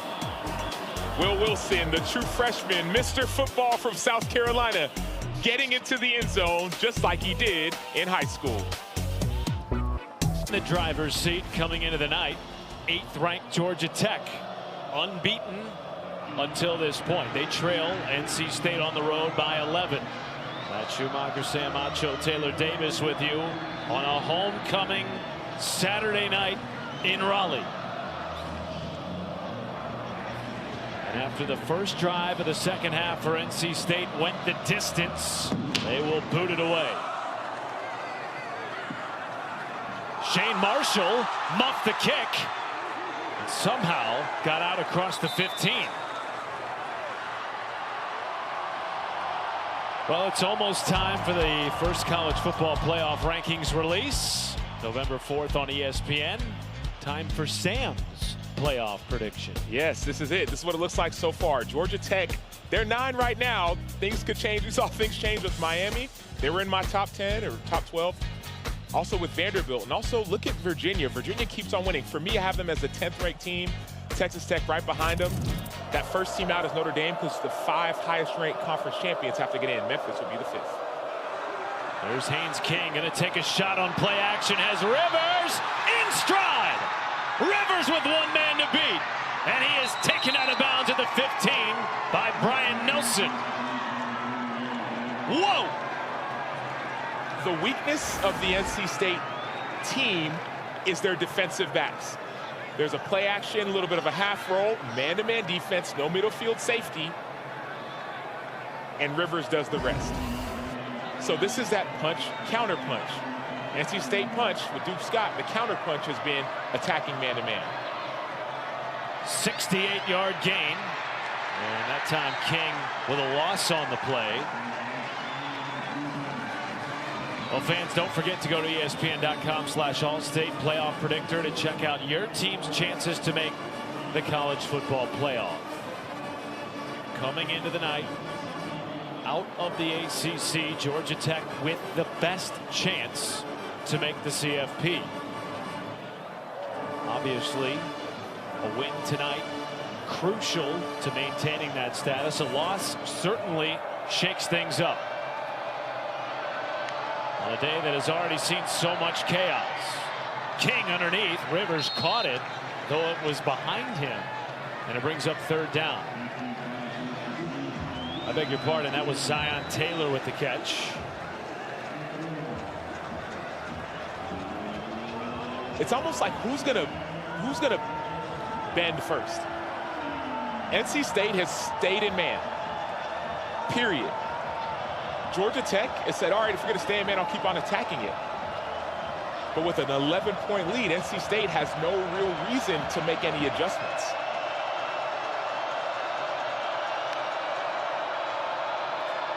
Pressure comes. King end zone. Overshot his intended target, Jordan Allen. And now does Brent Key bring on the field goal unit? He will. For the 4th time tonight, the Yellow Jackets will have to settle for a field goal. A team that has been #1 in the ACC in the red zone this year. People talk about red zone efficiency or red zone offense or red zone defense. Yes, it's positive to get points if you're Georgia Tech, but this is a win for NC State when it comes to red zone. They gave up a huge play, but they're holding Georgia Tech to field goals, not touchdowns. He has made 2, missed 1, and that is right down the middle from 29 yards.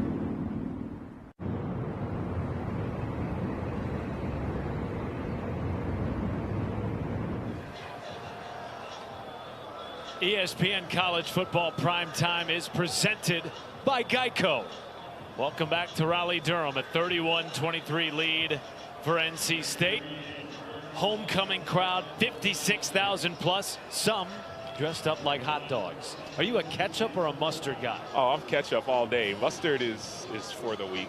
Oh, wow. My son likes mustard, though. I don't like it. So you're going to hear it from him when you get home. Yeah, Short kick, returnable for Colson Fields. He's out across the 20 and stuck hard.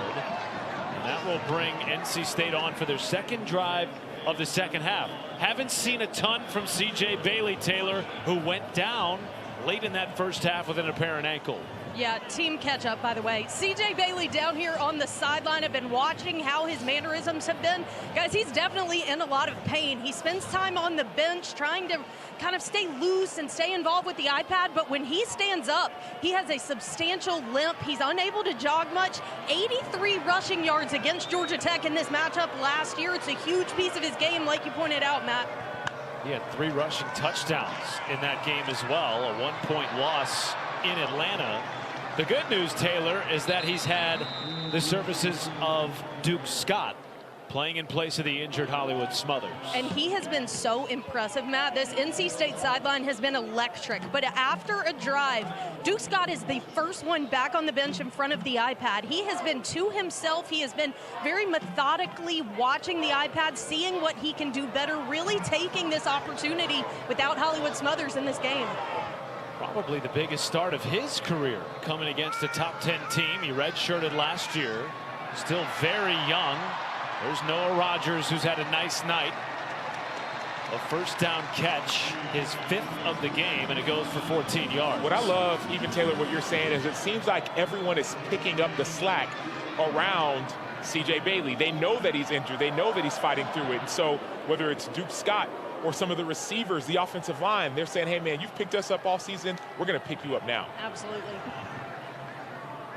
Injuries have been the story in Raleigh this year for the Wolfpack on both sides of the football. Scott again for a gain of 5.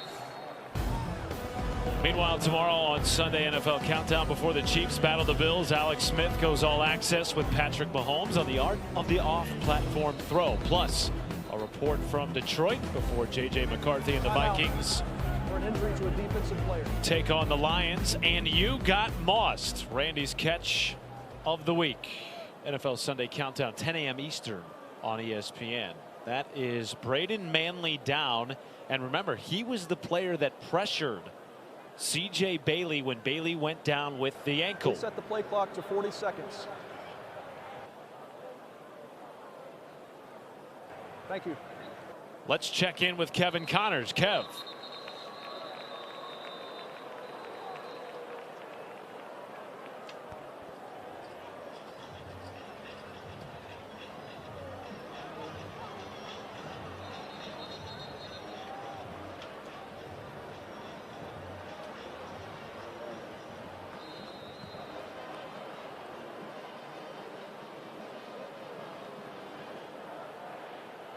Well, that was an impressive win. They trailed for a lot of that game. Avoid the upset, avoid the misstep, which we've seen multiple teams have so far today, Kevin. Meanwhile, 2nd and 6 for Bailey. Long throw is broken up and well defended. That time on the back end by Kelvin Hill. Tight coverage by Hill. Great job playing the ball. I want to go back to that first play. That first run by Duke Scott allows you to be in a 3rd and 6. 3rd and 6 pretty much is an obvious passing situation, but you don't have to throw it deep. So right now we're seeing Georgia Tech have a lot of people at the line. I expect some of those guys to drop out. 3rd and 6. Bailey backing up, evading pressure. Wide open man. Teddy Hoffman. Touchdown!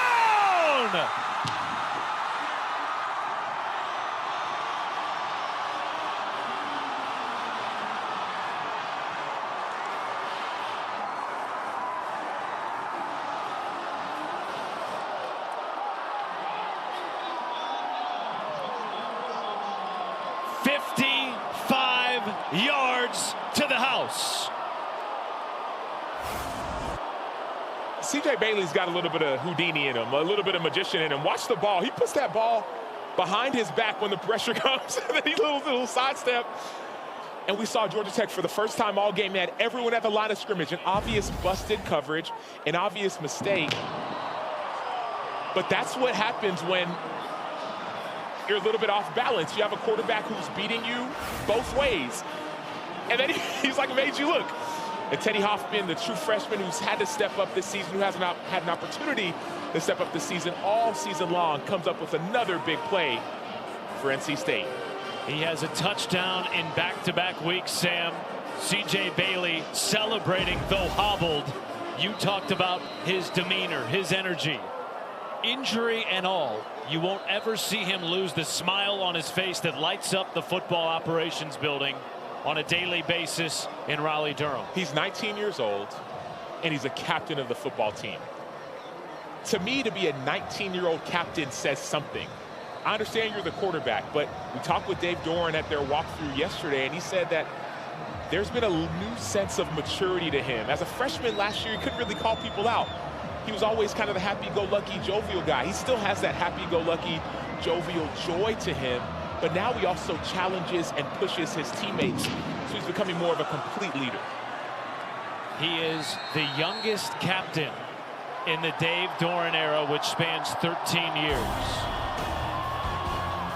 Our Monday, Week 9 NFL football matchup, Cardinals-Cowboys, plus Peyton and Eli on ESPN2. Monday Night Football, 8 p.m. Eastern.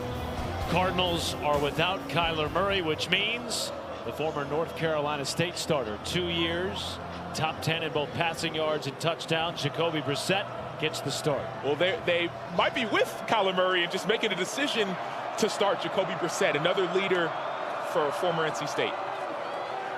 Here's a flip to Allen. As a lane, makes another man miss. Allen dragged down inside the 45 after a run of 33 yards. This is the second immediate response we've seen to a big-time NC State touchdown from Georgia Tech. Remember what we said at the beginning of half? They're going to start attacking the edges, not the inside anymore. The misdirection hurts man-to-man defense because you're always in chase mode. You're always trying to catch up. So that's what we're seeing. Georgia Tech says, hey, I know you're not going to change. Let's see if you can stop us man-to-man. The problem is, Georgia Tech, if they score, they have to get a stop somehow. They haven't been able to stop NC State when NC State's been on offense. Over 800 combined yards of offense so far tonight. Still a quarter to play. Haynes King with time, now flushed by Price. Boy, that was a dangerous throw as Haynes King is a little slow to get up at midfield. So that's supposed to be a man beater, but the middle field safety stayed deep, and there was a post route that wasn't able to be made. And so Travali Price, number 13, is going to get that pressure. Haynes King's looking towards the middle. Post safety is there. So that's that adjustment. They're not changing. NC State isn't changing what they're doing, but they're just trying to play their technique just a little bit better. And they're getting home at times against the team that has allowed just 4 sacks this year, Sam Acho.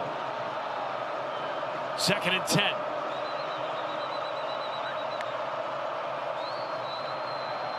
King.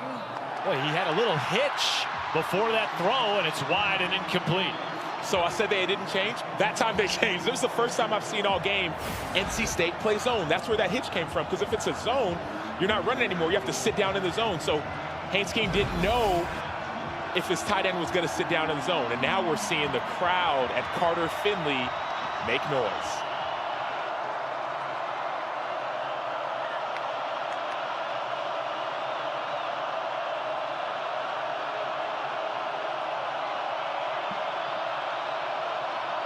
Five on the play clock. Jet sweep. Goes to Hosley. Has the first down.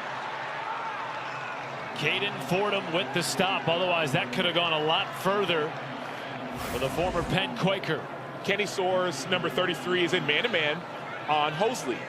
And Hosley says, I'm going to take your ankles. I'll borrow them for a little bit, Soares. Take a seat, and I'll get that first down.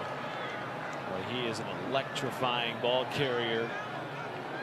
And in the words of Buster Faulkner, his offensive coordinator, a different human with the ball in his hands. Extends the drive after a 3rd and 10. Fake the jet sweep. King with blockers, stiff arm, and is taken down inside the 10. Gain of 23. So the edges, boom, inside. That's what we're seeing. You see everyone's attacking the edge, and Haynes King keeps it on the quarterback keeper, makes the right read, makes somebody miss, and nearly gets into the end zone. His 5th game of 100 yards rushing or more. Only non-Service Academy quarterback in the country with that type of statistic. 1st and goal. Haynes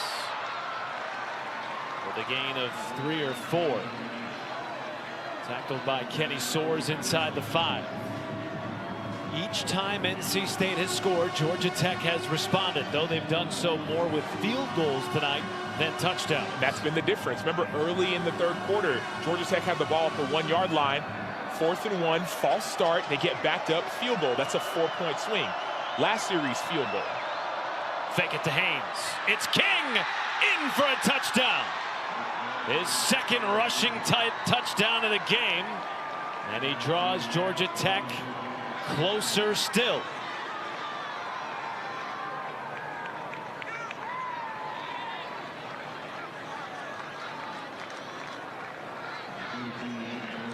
He plays like he's a quarterback, but he has vision like a running back.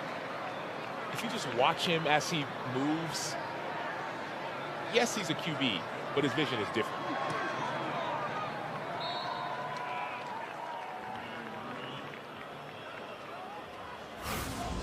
Haynes King is going to have a one-on-one opportunity with linebacker Caden Fordham in the hole, and the vision as a running back, boom, cut back, lower the shoulder, and Fordham thinks that King is going one way, and King just ever so subtly and slightly cuts back, gets skinny, and finds the end zone. Well, with that Georgia touchdown, Tech 27 is now 46. 27 is 46. Haynes King just became the all-time leader for touchdowns responsible for at Georgia Tech with 84, passing Joe Hamilton, the former Heisman runner-up in 1999, who was the quarterback of Brent Key during his 4 years as a starter on the offensive line for the Ramblin' Wreck. If anybody understands the culture of Georgia Tech, it's Brent Key, and Haynes King is carrying that culture as he carries himself into the record books. Brings them back to within 1 score after trailing by 15. Their 2nd largest deficit of the season. We thought this had the chance, Sam Acho, to be the matchup of 2 dynamic quarterbacks, a young star and a Heisman hopeful. It's delivered so far tonight. Absolutely. Haynes King has responded. That first touchdown, you saw him putting his hands down, talking about everybody chill, calm down. And CJ Bailey is not just leading himself, but leading his team. But this drive means everything. It's been punch, counter punch, punch, counter punch. Georgia Tech needs a stop on this drive to get back into this game. 3 wide receivers out to the right. Bailey will sprint that way. As an open man in the flat, it is Grimes, the vet of this wide receiver room. We go to the 4th. 8-point lead for NC State. with CFP hopeful Georgia Tech on the ropes with 1 quarter to play. Brings me now, Coach, a 1-possession game as we begin the 4th. Your team was just huddled around you. What's the message? We got to win the game. Play the 4th quarter. We've been here before. We know what to do. We've got to get some stops on defense. We've got to make sure when we get down in the red zone, we continue to get touchdowns there. It's a good football game. Let's go win. Thanks for the time.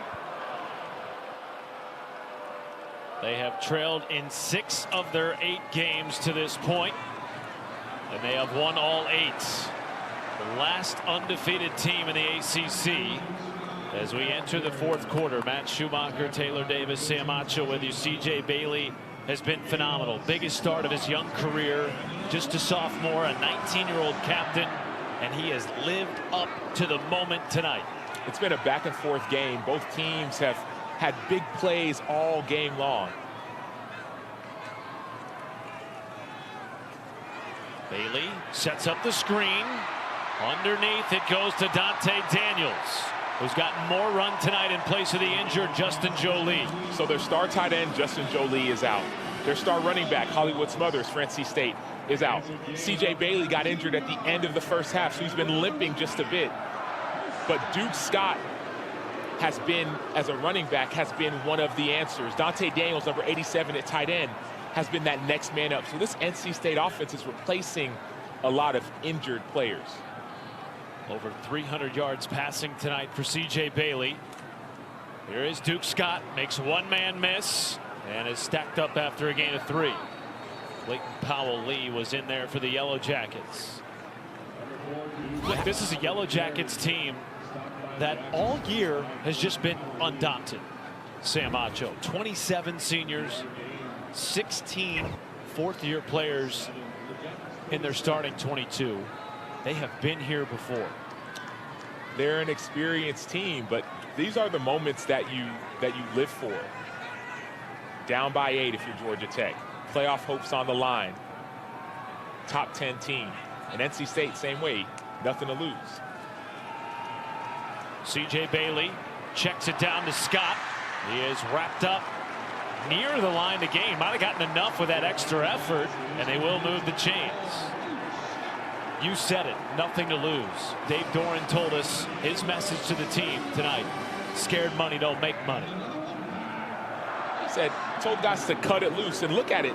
There's so many guys who were injured, and every other person has stepped up. He said, cut it loose. Don't even worry. You can't be reserved, and that's how this NC State team is playing. Georgia Tech, on the other hand, defense has struggled. Duke Scott following blockers. And he continues to push ahead on this Georgia Tech defense that has given up big gains on the ground tonight, Taylor Davis.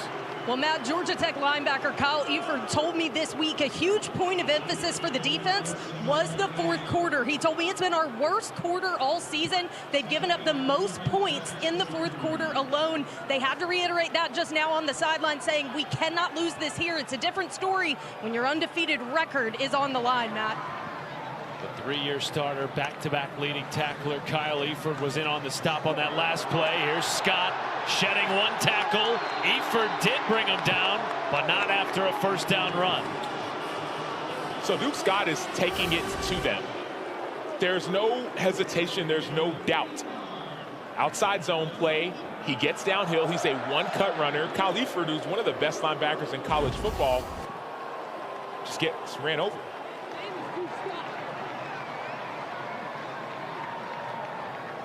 Colson Fields now spelling Duke Scott, who's rushed the ball 15 times tonight, averaging nearly 10 yards a carry.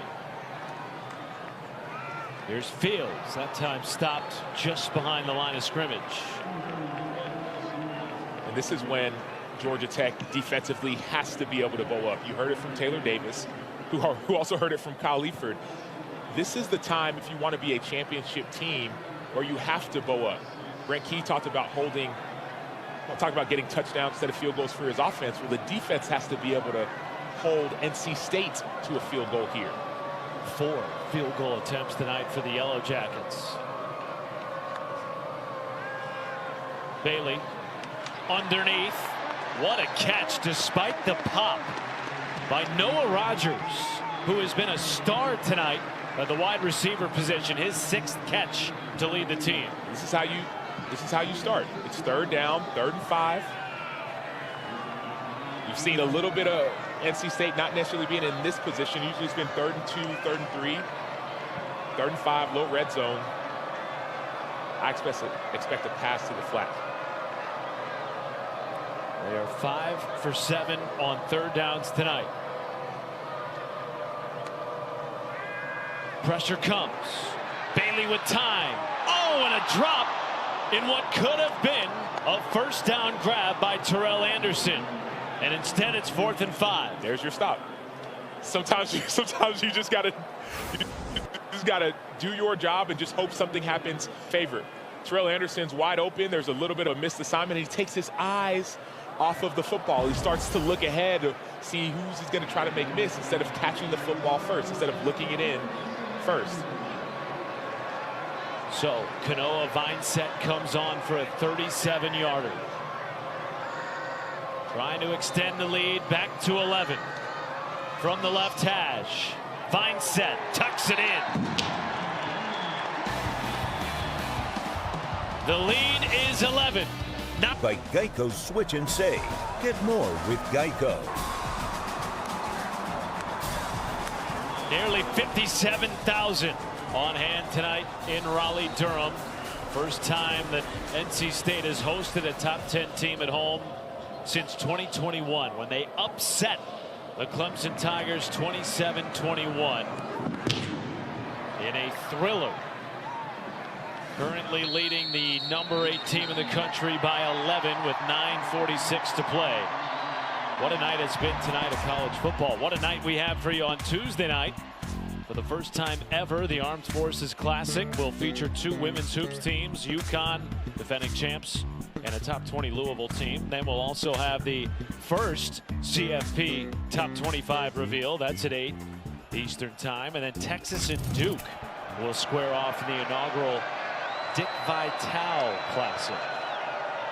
Haynes King trying to lead a comeback. Swarmed and crunched behind the line of scrimmage.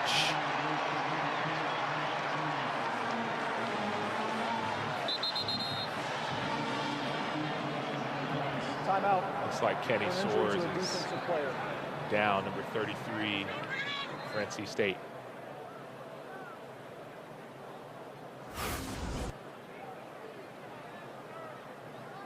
It was a direct snap from Jamal Haynes to Haynes King, and Kenny Soares was at the bottom of that pileup. This is a linebacker room that's down 5 players right now, including their captain and honorable mention all ACC linebacker from last year, Sean Brown, ripping that right wrist.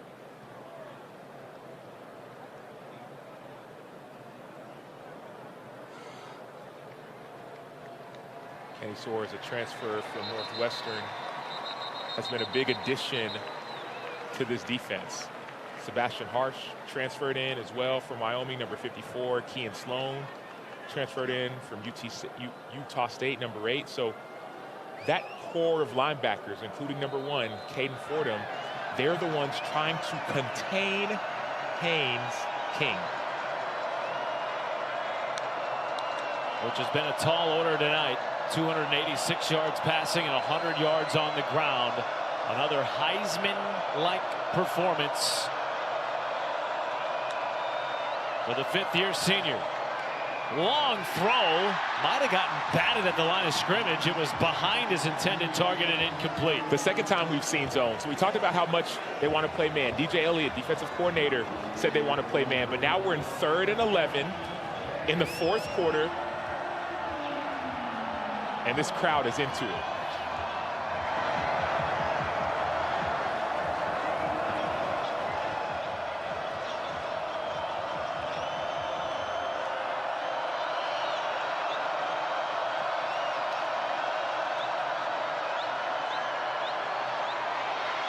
King will take off, and he's taken down in the backfield. Kean Sloan with the stop.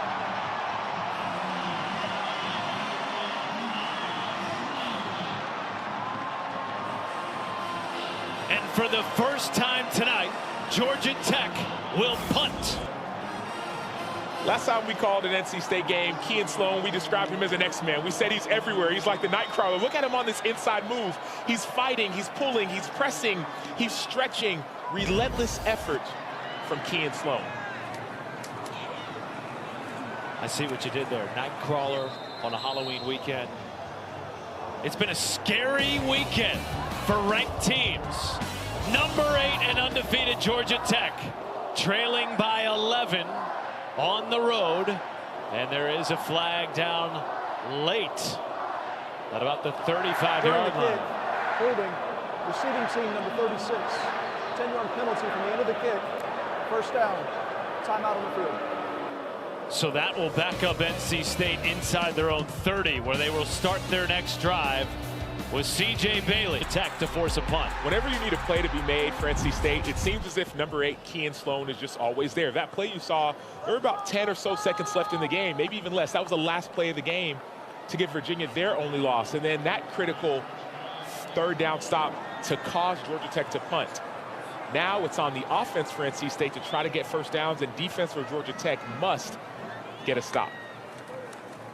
There's Duke Scott, a career night, over 145 yards rushing for the young man who has backed up all season, the ACC leading rusher, Hollywood Smothers. See how he's falling forward, though? Every time he touches it, he's not going backwards. He's either busting a big play or falling forward. The defense for Georgia Tech has to be able to know that two things are happening. Number one, NC State is going to go slow. But number two, you have to keep them from falling forward for first down. So maybe you can, if you want to get the ball back, strip it away. We have to be a little bit more physical at the point of attack. 2nd and 4. Pressure off the edge. Scott ran into it, but kept churning those legs and falling forward. After the tackle by Cayman Spalding will make it very short to go to move the chains. And if I'm NC State on this possession, it's 3rd and 2. You think run, right? I think pass. I think show the run, have Duke Scott in the backfield, fake it to Scott and throw something maybe to the flat. Georgia Tech has to understand that this may not be automatic run. So you have to play a little bit tighter. You cannot play zone. I think you should play man. And every one of these corners has to be tight to their receiver. Yellow Jackets showing pressure. They bring it. They will pass. Bailey, the long throw, is caught for a first down. Guess who? Noah Rogers. There's that decision making. We've seen him be able to float the ball over, but now you see the speed, the velocity on the run with a bum ankle, and then Noah Rogers, number 5, rising up to the occasion. Well, all season long, C.J. Bailey has been a top 3 quarterback in the ACC. Pass yards, touchdowns, efficiency and completion percentage, all of those and more have been on display tonight. And Scott just continues to run hard and tough into the teeth of this Georgia Tech defense. They're teeth, but they're not that sharp. That's the problem with this Georgia Tech defense. They haven't been able to stop the run. That's been one of the weaknesses of this defense. So if I'm NC State, I'm saying, okay, 1st and 2nd down, I can run it. Georgia Tech, if you're the defensive coordinator, you might have to say, okay, I must bring pressure because we're not winning at the point of attack. Their offense is falling forward and we are going backwards. 2-score game, less than 6 minutes to play. Time now not on Georgia Tech's side here. Bailey had the ball tipped, somehow still caught, and another first down. Wesley Grimes. Sometimes it's better to be lucky than good. I didn't love the decision to pass it. That was an RPO, so run pass option. So he made the right decision based off the play call. But that was tipped by number 44, Kyle Leaford. Defense usually says tips and overthrows, got to get those. Wesley Grimes says, I'll take that with one hand and give you a first down.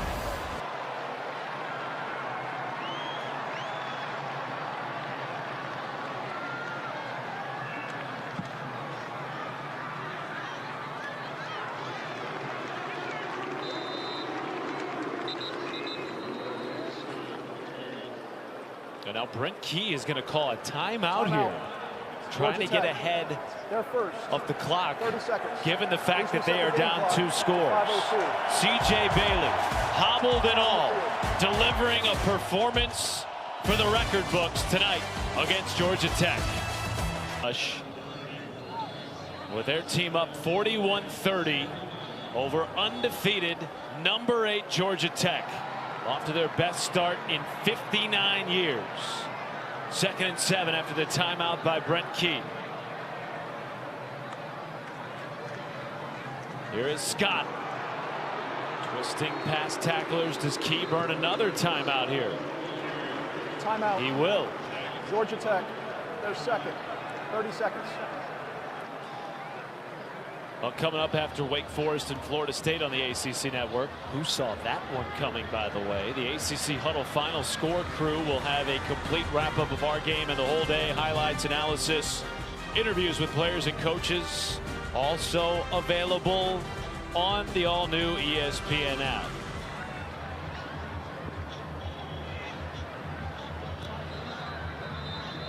We've already seen one top 10 team in this conference go down today, Sam Acho. It was at 11 a.m. local in Dallas. And now the nightcap, another top 10 team on life support. Hey, you talk Florida State 42-7. That is surprising. I will say, very surprising.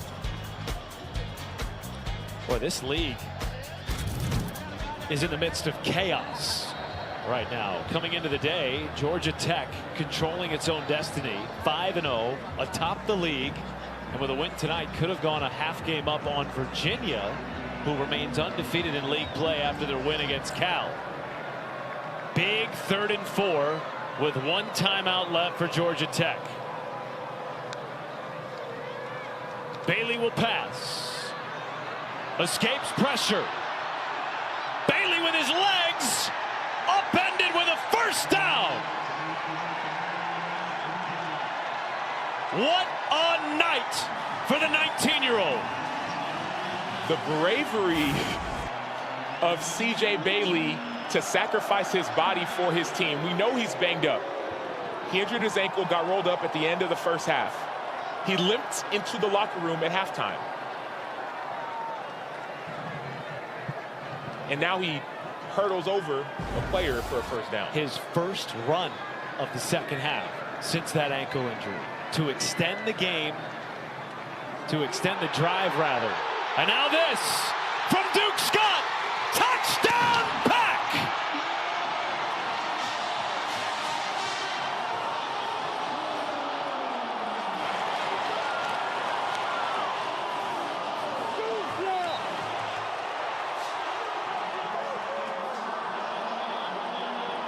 To put the game on ice.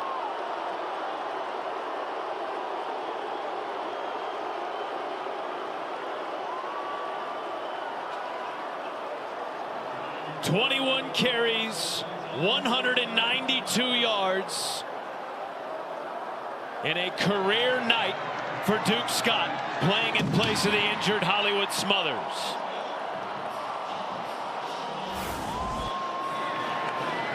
Duke Scott just sees it. That's the backside. The play's supposed to go to the other side, but he has the vision to cut back. The 5'10", 205-pound running back from Stockbridge, Georgia, has the vision, the speed, the endurance, and the mental makeup. We talk about next man up. This is running back 2. Running back number 2 is putting up numbers like this versus a top 10 team. Over 1,000 yards of offense tonight between these two teams. 580 for NC State, including 240 yards on the ground.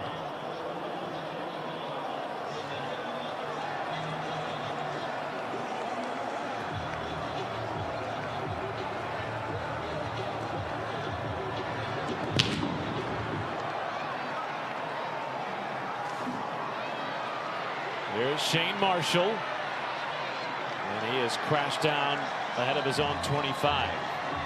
This is the first meeting between these two programs with either team ranked in the top 10 since 2002. That year, The Wolfpack came into the matchup 9-0 and ranked number 10 in the country. The Yellow Jackets were 5-3 at the time. The Yellow Jackets came to Raleigh and derailed the Wolfpack's perfect season with a 24-17 win that started a 3-game skid for North Carolina State. 23 years later, almost to the day, Sam Acho, the Pack are flipping the script on a homecoming Saturday night. They still need a finish. What we're going to see is Georgia Tech's going to go into hurry-up mode. They're going to try to get out of bounds. The clock is still running. We're not inside 2 minutes. Just one timeout left for Haynes King, the Heisman hopeful. Sebastian Harsh, number 54, on the inside move, got his hands up to deflect that. They've been getting a lot of pressure. This defensive line has been relentless in this second half.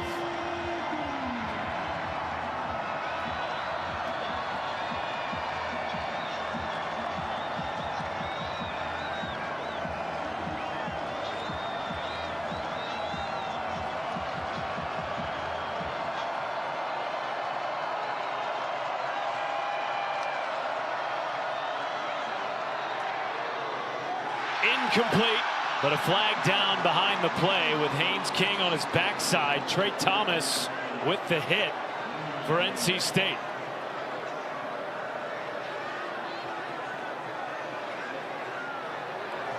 Personal foul, roughing the passer. Defense number 4. 15-yard penalty. And an automatic first down. So we call a text game. The tackle goes in first, that's 54, and Trey Thomas, number 4, comes in. They're calling that a high hit to the quarterback. I don't, head and neck area is protected. So if you're in the quarterback, it has to be not too high or not too low. Now they're reviewing it for targeting. We've had one review tonight for targeting. It was ultimately not confirmed on the Georgia Tech side, and now NC State.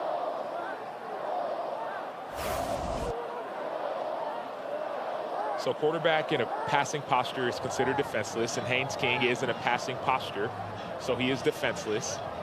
They're looking for an indicator. Does Thomas lead with his head? He does. And then the third piece is there forcible contact to the head or neck area? There is. So with those 3 things intact, this play is actually going to be targeting. Defenseless player, there's an indicator leading with the head, and then there's forcible contact. Those reviews tell me that all 3 are in place, and that will be targeting on Trey Thomas.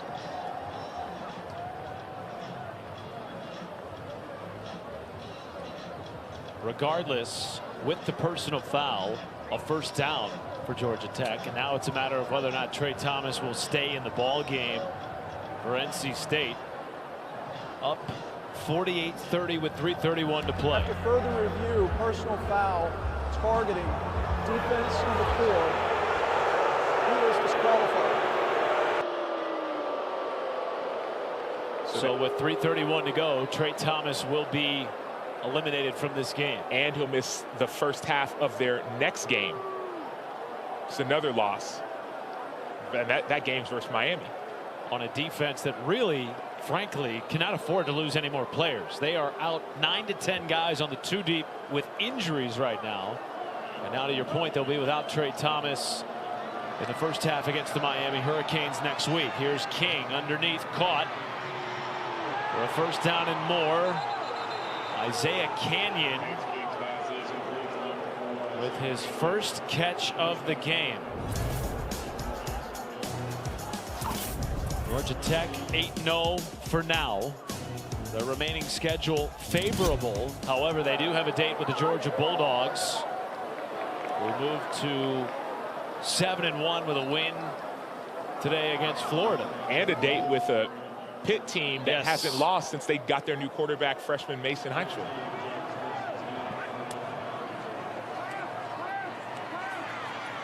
Their chances coming into the day the best amongst the ACC, Sam Acho, to make the college football playoff. With this loss, those chances diminish a little bit, but there's still a path there. There is a path there, especially to make the ACC championship game. But I go to that Pitt game because Pitt offensively is a juggernaut with Cade Bell, their offensive coordinator, and also Mason Heinschel. So the defense of Georgia Tech is going to have to be better by then. And then that Georgia game is another huge. To your point, if they beat Georgia, then they'll still be in the conversation for an at-large bid. Let's say they're not able to make the ACC championship game, but those two games would be huge. They will join 4 other ACC teams with 1 loss, dropping this game today against NC State. Chaos ensuing across the conference today, particularly with Miami, a top 10 team, already losing to SMU.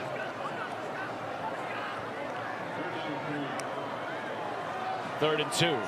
King, first down, extends the drive. So they still need to hurry up. The clock's not going to stop on a first down. It's not within 2 minutes. They're still in hurry-up mode. So the goal here, of course, score a touchdown, kick an onside kick, do it fast. Looking end zone here. Floats it to the corner and is caught. Was he in bounds? Yes! Zion Taylor with an acrobatic touchdown catch of 16 yards. And they will keep the offense on the field to go for 2. Perfectly placed ball. And I'm just seeing, did that right foot get down before the left? That right toe. Taylor catches it, and I'm looking at, does that right toe get down before the left foot?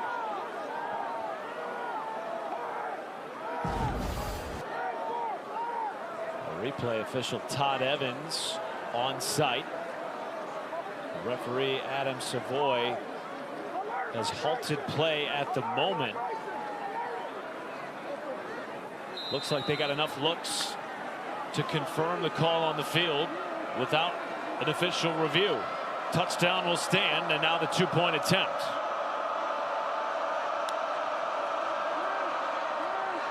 Double pass. And that was blown up by Jamel Johnson, the Temple transfer.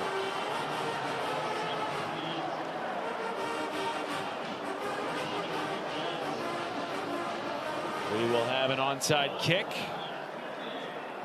coming from Georgia Tech.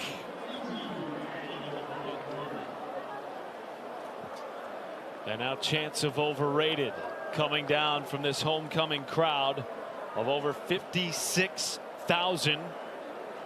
First time since 2021 that they have hosted Georgia a Tech, top 10 team. Now 46. 27 is 46. Matt Schumacher, the 9-year NFL vet, Sam Acho. That time in 2021, Clemson came here and took an L. These fans have been waiting for this moment. They've lost 4 out of their last 5 games. How have they done it tonight, Sam Acho? Well, before we get there, Shu, they're chanting overrated, but it's not over yet. This year, going into this week, there's been a 20% conversion rate on these onside kicks, a little bit over 100 kicks, about 19 have been recovered. So it's not over yet. That's a 5% increase from last year. They will blow that dead. Timeout NC State beforehand. Timeout NC State. They're first. 30 seconds.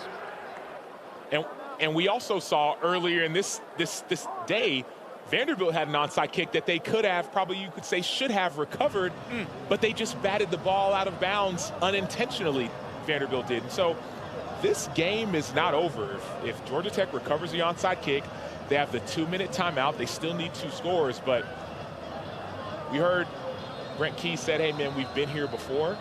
This is college football, man. You never know how things like this are going to end.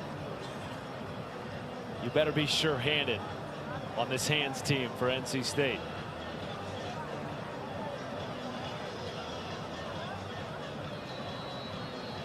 So after the touchdown and failed 2-point conversion, still a 12-point game, 48-36, 2:22 to go.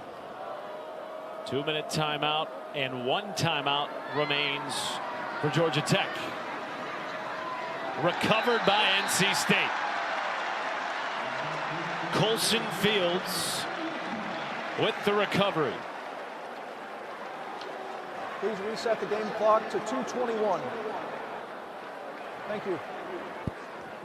Huge days from C.J. Bailey, the young captain at just 19 years old, and Jaden Duke Scott, who got his chance to shine tonight due to the injury to Hollywood Smothers. Imagine how mature you have to be ready for a moment like this. Duke Scott has been ready, and he hasn't been the guy. It's been the Hollywood Smothers show, not just for NC State, but for all of the ACC, and now we're seeing Duke shine. That's going to be a false start on Douglas, their tight end. Offense number 82, 5-yard penalty, first down. For NC State, this will be their first win against an FBS opponent since they beat Wake Forest on September 11th, Sam Acho. They came into this day desperate. You talked about the high-powered offense of Pitt. They torched NC State last week, put up 53 points. They've been right there at the half against so many of these opponents. Trailed Notre Dame by 2, trailed Duke by 1, ultimately losing in those contests. Tonight they put it together in all 4 quarters, injuries and all, against an undefeated team. Georgia Tech, their third and final, 30 seconds. And now the final timeout for the Yellow Jackets. They let it loose. What did we hear from Dave Doran, one of the quotes of the century? He said, "Scared money don't make money." He said, cut it loose. We cannot be reserved. And don't even worry about the scoreboard. Just go out there and have fun. He said, nobody expects us to win this game. So we have nothing to prove, nobody to impress. Let's just play our game. And he also said, man, I've been a part of a couple upsets myself. So there was a level of confidence that he came in to this game with. This day has just had one of those feelings, hasn't it? With all the chaos around the sport. But even before the chaos began, Kirk Herbstreit on College Game Day circled this game as a game to watch for a potential stumbling block for Georgia Tech. And he said Dave Doran is usually good for 1 or 2 of these games a year where they shock the world. Tonight is one of those nights.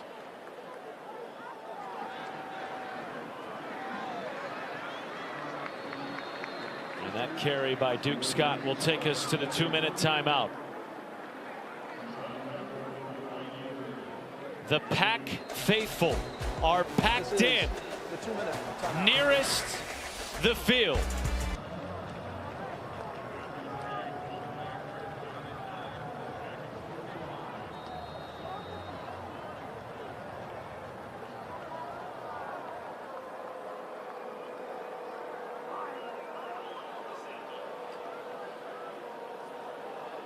Boy, what a wild day of college football, Kevin, and I'm sure that game will follow suit. The nightcap out west. 2 elite quarterbacks in a Big 12 showdown. Meanwhile, a punt upcoming for NC State. Georgia Tech all out of timeouts. We're past the 2-minute timeout. They trail by 12. And the Heisman hopeful Haynes King staring at the first loss of the year for his Yellow Jackets.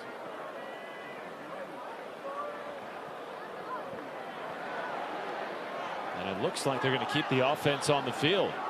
No punt, says Dave Doran. We might wait and call a timeout.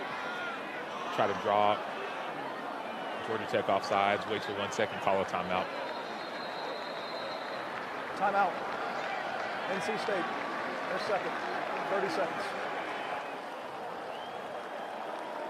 Well, coming into the day, Georgia Tech had a beat on everybody in the ACC, a chance to go a half game up on Virginia.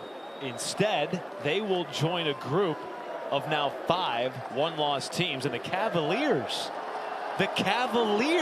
who lost to NC State at the beginning of the year in a non-conference game, by the way, will have the lead in this league. And it may be a battle for number 2. I'm not assuming, assuming Virginia wins out. All of a sudden, that Georgia Tech versus Pitt game means a whole lot more, because now all of a sudden you'll be talking about tiebreakers within the conference. Both teams would have 1 loss, and they play each other. So Georgia Tech has a couple big ones looming. Still a path for Tech to make the college football playoff, of course.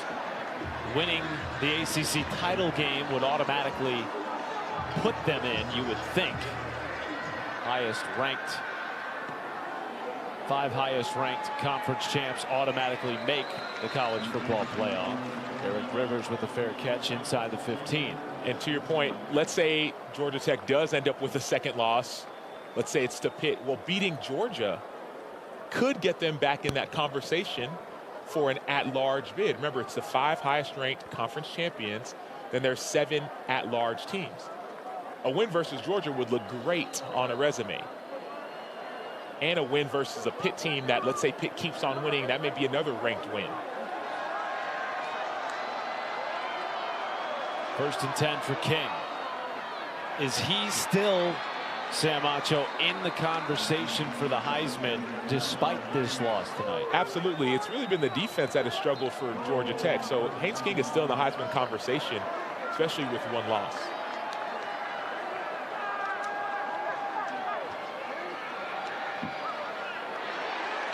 Tonight, excellent numbers.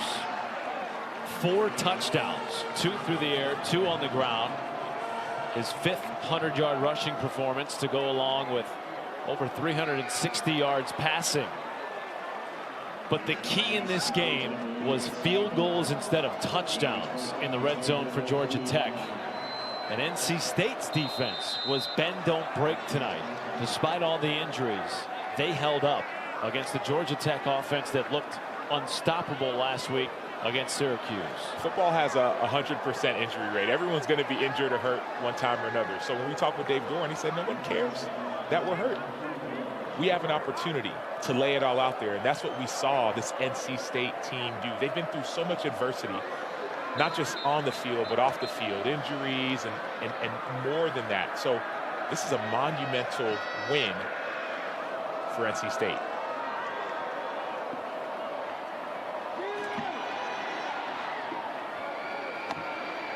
The last time a top 10 team came to Carter Finley was in 2021. Clemson came on the road and took a loss at the hands of the Wolfpack. What a catch. Diving grab by Brett Seither, rather. Dave Doeren's just ready for this clock to hit quadruple zeros.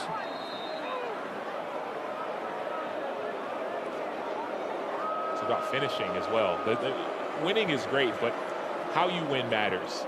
How you lose matters. You want to finish as an athlete. Give it everything you have. You don't want busted assignments on either side of the ball. So that's why you see Dave Doeren showing some frustration.